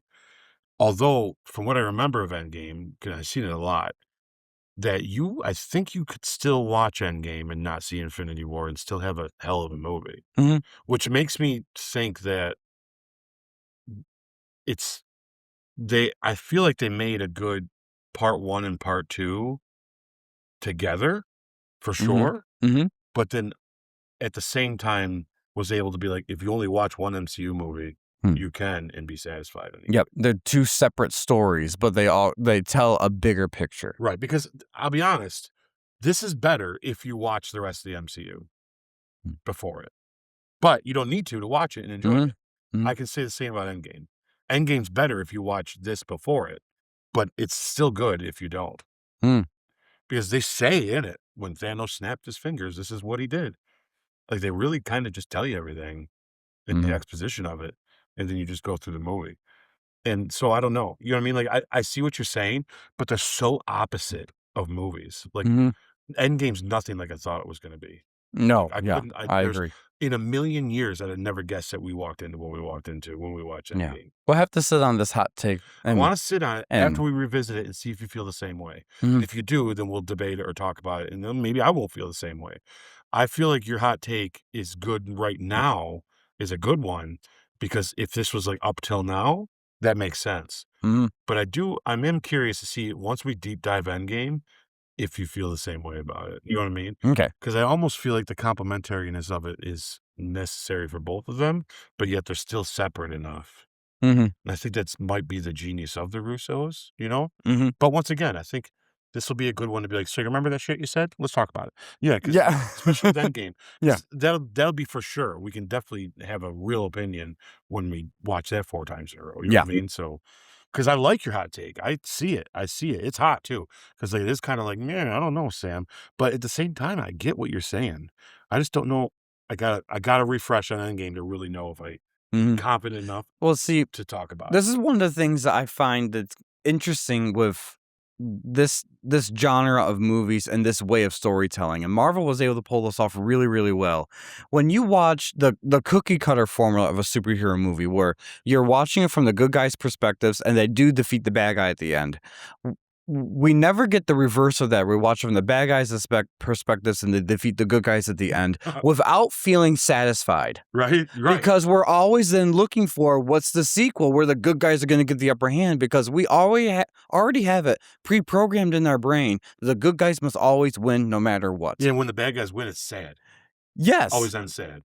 Yeah. Like Like, 7, when he wins, it's aw. I mean, it's rare when the good bad guys win, but when he does win, there's nothing happy about it, I right? mean, and I'm not This, you almost are saying kinda like, "Hey, I get it." You know, it's like yeah, it's like, and "I get I'm it." not saying that we should be cheering for the bad guy to Oh, win, right. but I just think of it as, like, it's gonna be very hard for someone to do, like, a Doctor Doom movie where it's just through his eyes. I have still not yet watched the Joker movie, but, like, Mm. I feel like is that kind of the same No, and that's why I want thing? you to watch Joker Okay. because you're gonna realize how separate it is from Batman stuff. I feel like The that's the people only that way they talk could do about to take it yeah, seriously the then. people that talk about Joker and have all their problems with it and complain and bitch, I'm not one of those people that thinks it's brilliant like all these other people that think it's brilliant is, but the people that don't think it's brilliant were expecting Batman movies. Mm, Even though they know they're not getting Batman, when you watch that movie, you're gonna wonder why they called it Joker. mm, But you're also gonna be like, "That's a cool take on Joker, but mhm, why is this that?" It doesn't need to be because it's not yeah, anywhere. There's nothing about it that makes you think you even meet little Bruce Wayne, but it doesn't matter, like, there's no yeah, it's yeah, a strange movie, but I really would like your opinion on it because, like, it's 'cause it's like it's Joker, but it's not, but it is, and it's almost I kinda mhm. wish it was, but now I'm glad it's not, but yeah, it's a weird Yeah, feeling. because I see what you're trying to get at, there's a yeah. struggle with doing a movie from the point of view of the villain, and the villain wins at the end, and we just as an audience don't feel satisfied with it, and for me, when I watched this, I thought, "You know what? I want my heroes to win, but I'm satisfied with this. This was his story, and they told it." And you know what they did brilliantly with this to even support what you're saying Mhm, is it's n when they do movies like this about villains, like even in The Joker, there's a sympathetic side to this villain, mhm. and all of a sudden they're an anti-hero, right? Not here. No, yeah, There's no redeemingness to him. no, I love that. There's sinister stuff in it. He's mean in this. He says some things that makes you go, "Whoa." Like, and it's in in Mhm. this whole movie that he's the bad guy, Yep, even though it's his movie and he's beating the good guys. yep, And even it ends with him smiling, like, you'd think the good guy would be like, "Oh, man, we won." He's like, "Oh, yeah, I won." yeah, You're in your head, you're like, "Wow, that's satisfying and unique feeling, but mhm, boy, he's a big piece of crap." right? You know? Yes! Any other It's time so they do this hard. with a villain, they want you to feel bad for the villain. Yeah, Now you understand why you're a villain and see yeah. the poor villain, you know what I mean? I'm When it's like, tired of "No, that. he's a piece of Oh, crap and he still yes. wins." I Like, this like a good villain for a yeah, change, this you is know? smart. This is This smart is that way. very smart of a villain, Yeah. yes. So anyways, quick Yeah, we'll revisit that when we get that game. alright. So, quick fire questions, answer fast, don't overthink. Best scene of the movie. I'm gonna tell you mine right off the bat if you want. Yeah, please. All the entrances. That I Yep. could not pick one specific scene, so every time a character had an entrance scene, I wrote down, Spider-Man Peter Parker's entrance, Thor's entrance, to Wakanda, um, So good. Cap's entrance. Every time they make an entrance, it's so epically done. Good. I'm glad you said that. So So I kinda narrowed it down to 2. 'kay. Um, uh, I think the best scene the okay. That's hard. That's so hard. Yeah. Shit. Um, I'm definitely good one of them. Okay, one of them is definitely for sure Thanos and Doctor Strange's fight is amazing. Mhm. I Yeah. I don't wanna over or underemphasize how much that is honestly in the entire MCU. It might be my second favorite fight for sure. Maybe even contention for the first because it's just awesome. Just visually, it's like a smorgasbord of holy shit. Um, I don't wanna put this in 2 different spots, so I'm just gonna have to you know what? I didn't. No, I did. So, okay. Yeah, the Thanos fight is probably the best scene of the movie. I'm gonna leave it there. I'm gonna leave it there. Like, cause I don't I there's so many good ones. The problem Mhm. I have is we can say the Wanda destroying a stone. We can say, you know, the fight with the Guardians and all of them. We could say all these moments where everybody meets, but I like me picking that fight and you picking the entrances, and let's just leave it at that. 'Kay. Because it's real hard to be nitpicky about what's gonna be the best of this, because there's everything's great. Like, even the dialogue we're looking at right now between him and Pepper. How's Mm. that not the best scene, right? I mean, it's just all so good. So, Yeah. out of the best of this movie, which is all of it pretty much, yeah, the one scene that if I'm doing something with this movie on in the background that makes me look up and have to watch is when he's fighting Doctor Strange. Yeah. So that's Yeah. what I'll say. I agree. Now this is gonna be a harder one too. Least best scene, also known as the worst scene of the movie. I have it blank Me because too. I cannot think of the worst scene of the movie. It I I don't know. We literally went through almost every scene of this movie in this Yep, and podcast there's tonight. there's nothing And that stood very out to little me. things that we if anything, we are adding to things, Yes, like adding more taking Hulk, away. adding yeah, yeah. Yeah, no, there's nothing that I would say that felt out of place, that I Yeah. yawned through, there's nothing. It's so good. I watched it 3 times this last week, and I gotta tell you, I can honestly say it's justifiable that I can't find a problem with it. Alright, we'll leave it at that then. Best Yeah. villain moment. So I got 2. Okay. Um, the first one is how he treats Tony when he almost kills him. We brought that up earlier about a good moment in that time. I need to put that in there because I Yeah, like that he does that, and he kinda does it to Wanda as well. Not trying to kill her, but he does that whole there's a side of him that gets it, and he talks to them. You know, he doesn't talk down to them all the time. He just it's like he's preaching, yeah, right?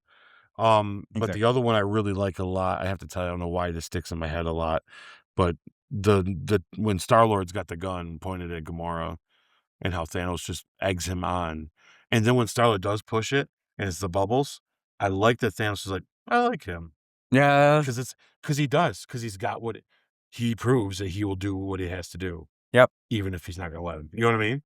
He steps up to the plate and he pushes pulls the trigger. And Thanos like, "I like him." And he just goes. And it's like, mm, way to get the approval from that guy. You know what I'm saying? Like, yeah, it's right? wild. I just like that moment. I just think it's a really good moment that's, Oh gosh, that's a it's a great spot, good. right? Yeah. Oh man, I wish I thought of that, that was so good. Um, Mine's probably a little more cliche, I just put Thanos sacrificing Gamora.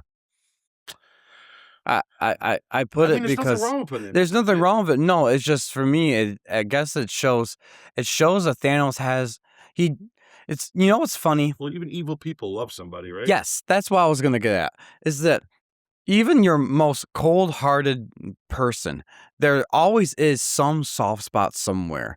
Him doing that, though, eliminates a soft spot. So that plays off to the villain part really, but it's, But it still symbolically comes back at yep, the end with her as a kid.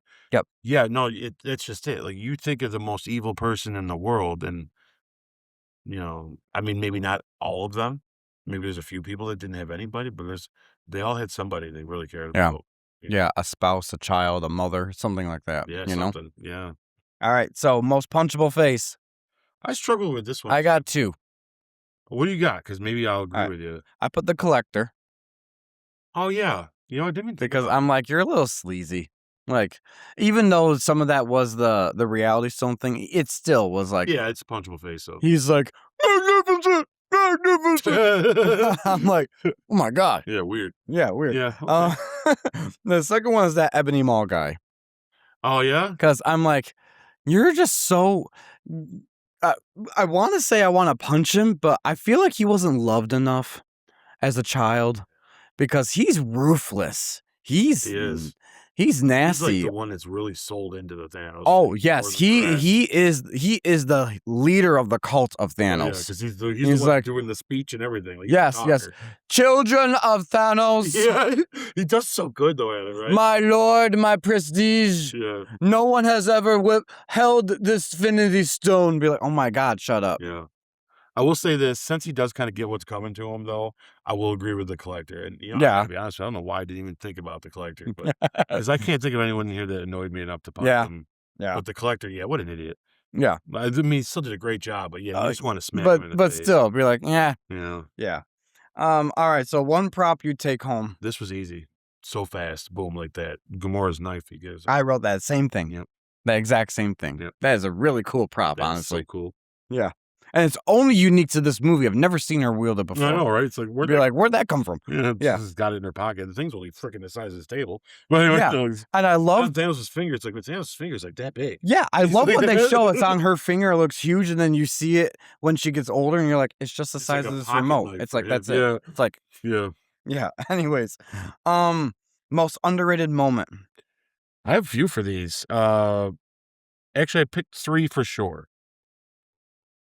So I say people don't talk about that scene with Rocket and Thor enough because there's a joke in it, and I think they think it's just funny, but I think it's freaking deep. I wrote that exact same thing, Thor and Rocket. Yep.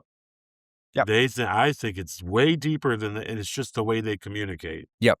But it's like between the two of them, I mean, Rocket's almost on par with when it comes down to tragic characters. And my goodness, is that such a good scene with them two, Mm-hmm. you know? And it's not talked about enough. Yeah. I agree. I also think the idea that Peter Quill's struggling and having to try to shoot Gamora, I don't think they talk about that scene enough either. Mhm. The acting in that of "I'm gonna kill you now," like and he points it at her, and how Thanos eggs him on. Like we just got done talking.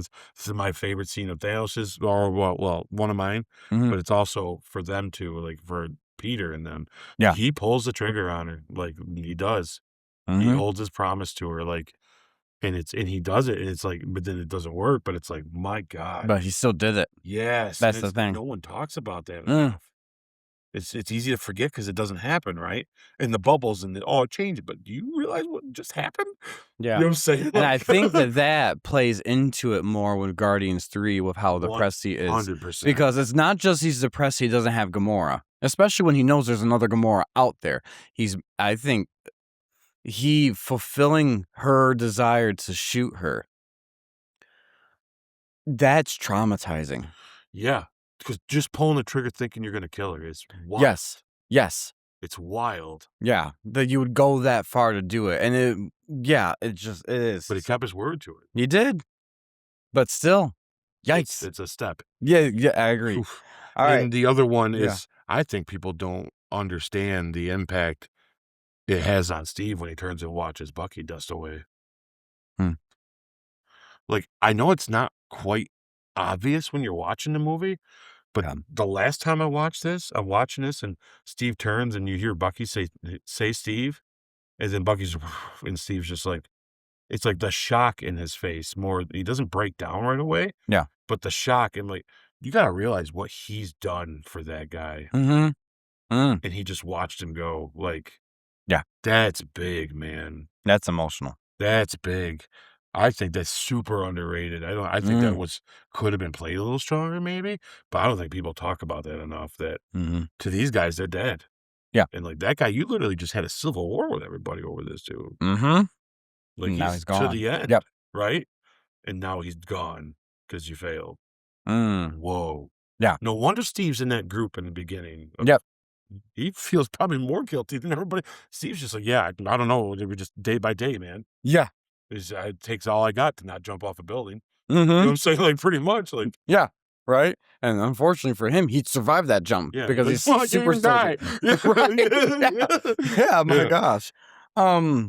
All right, so yeah, mine is similar to yours, the Thor and Rocket talk about Thor talking about all these different people he's lost and all that stuff. That I think that's pretty deep. And then I also put that the Tony telling Peter to stay calm. I think that's kind of underrated too. Mhm. But anyways, the overrated moment.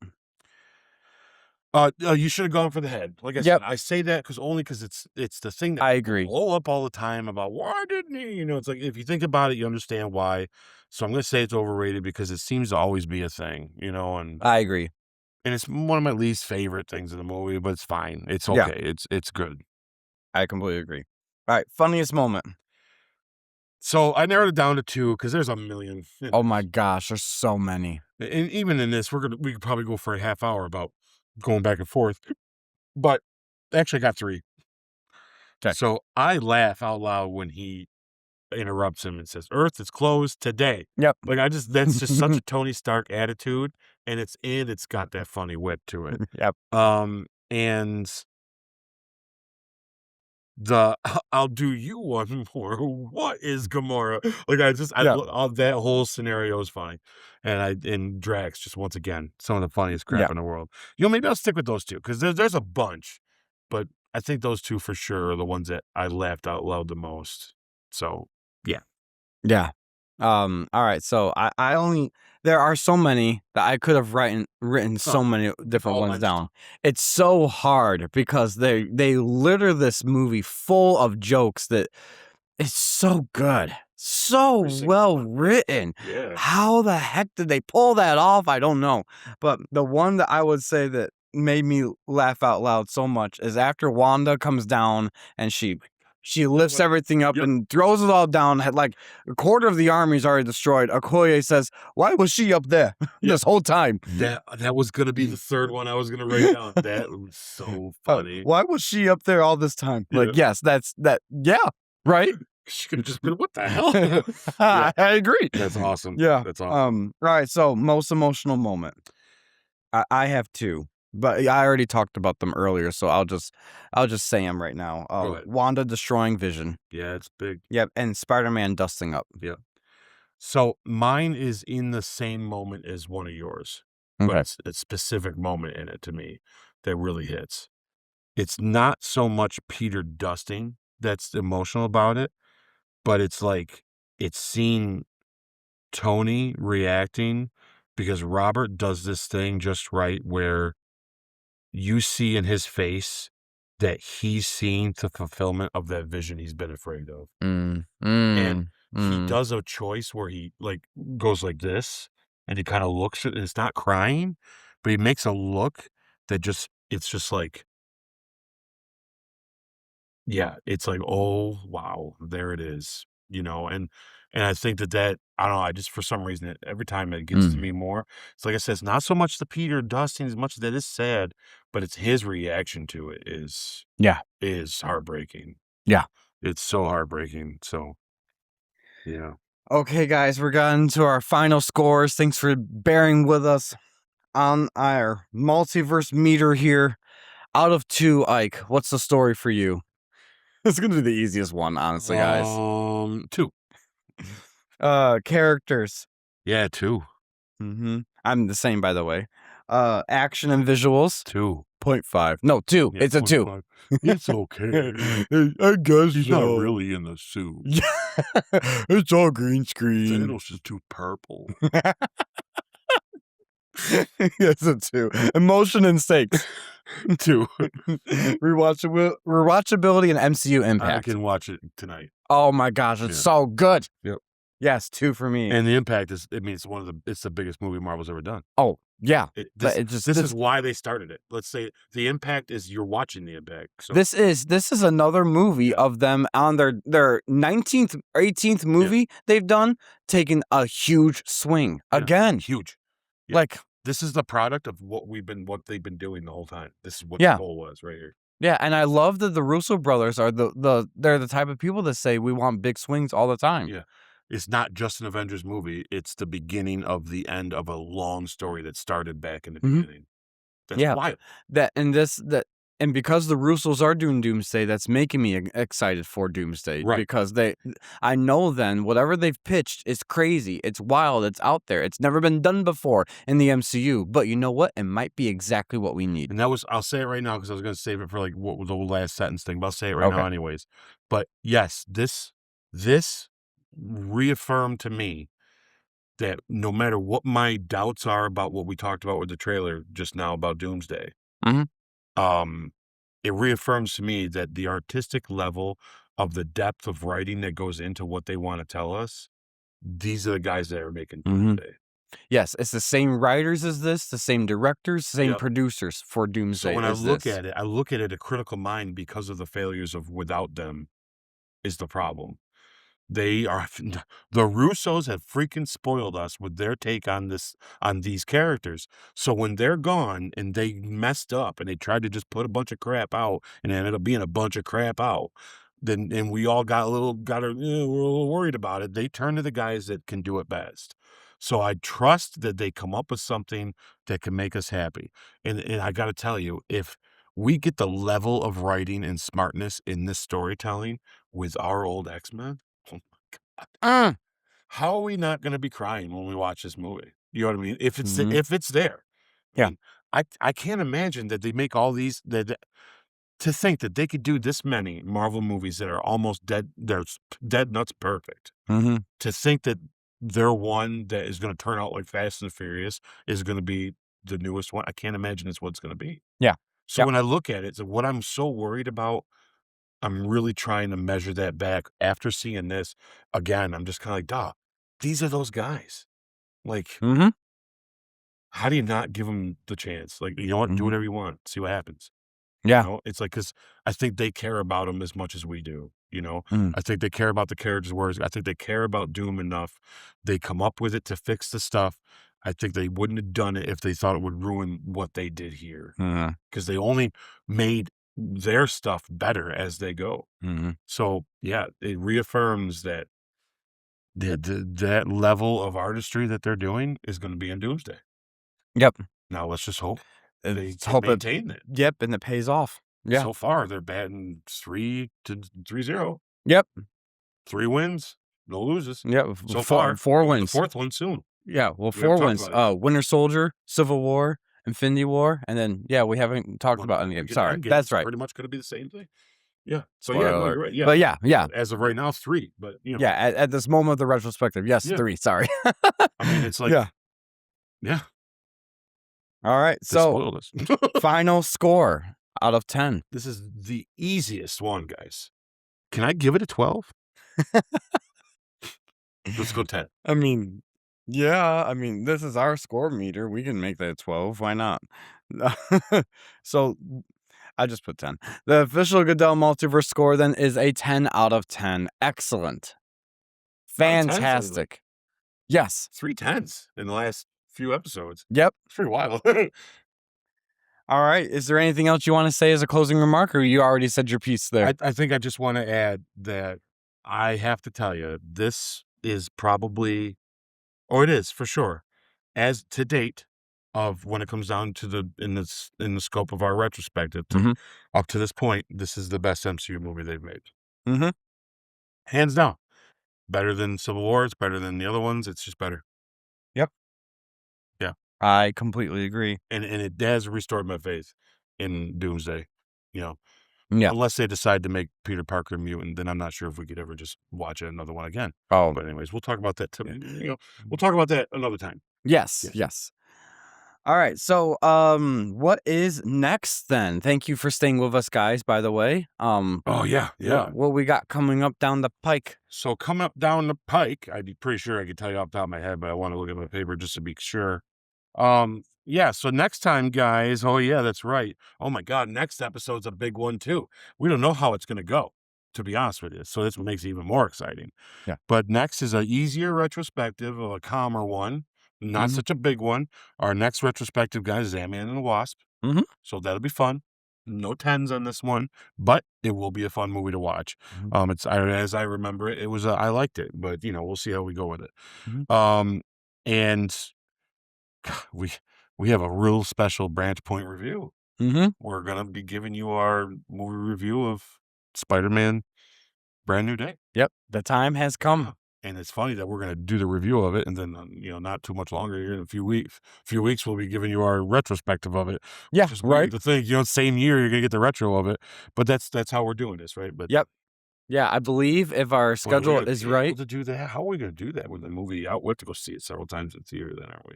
Well, our retrospective for this happens at the very end of the year, basically. It's the week Yeah. before Doomsday is when we do the retrospective of this because trying of to our think of timeline. Releasing this after it comes out in theater, how long it will take for us to be able to watch it again. Mhm. But I think we'll figure that out. We'll figure Oh, it out, guys. Worst case scenario, we just make sure we go see it 3 or 4 times anyway. mhm. If it's good, we're gonna see it twice. Oh, yeah. I think we're gonna see it twice even if it's bad. Probably, just to be sure. Yeah, If we wanna nitpick then, but if it's good, I could see us seeing it more than twice anyway. but well, if it's good, we definitely want to see it twice anyways, but Yeah. I'd like to try that ScreenX at Yeah. that cinema thing because I think that sounds cool if they made this just for this, the first movie ever to do Yeah, it. that'd be awesome. Even just for the theatrical experience, I think that'll be really fun. Yeah. So, So that's what's next week, guys, and I hope you enjoyed the episode, and I'll tell you, we had a great time doing this one. So yeah, alright, so where can they find us? oh man, the Instagrams, the Face Snap or Facebook, anything. Look for the shorts that we're gonna be putting out. The Spotify, anywhere you listen to podcasts. Yeah, guys, hit that like button, hit the bell. Mhm. Tell your friends, tell your enemies. Yep. We're here to stay, and we're gonna be talking Marvel, and wait to see what we do after the Marvel these things. We'll be keeping up with the new things, and we got a lot of other side Marvel ones to do. So Mhm. we got a long ways to go. So keep an eye out for all our stuff and all our content. And yeah, I can't wait to see Spider-Man and tell you guys how we feel about it. I think that's gonna be a real fun episode. Yeah. So like, subscribe, share, and until next time, guys, see you at the movies.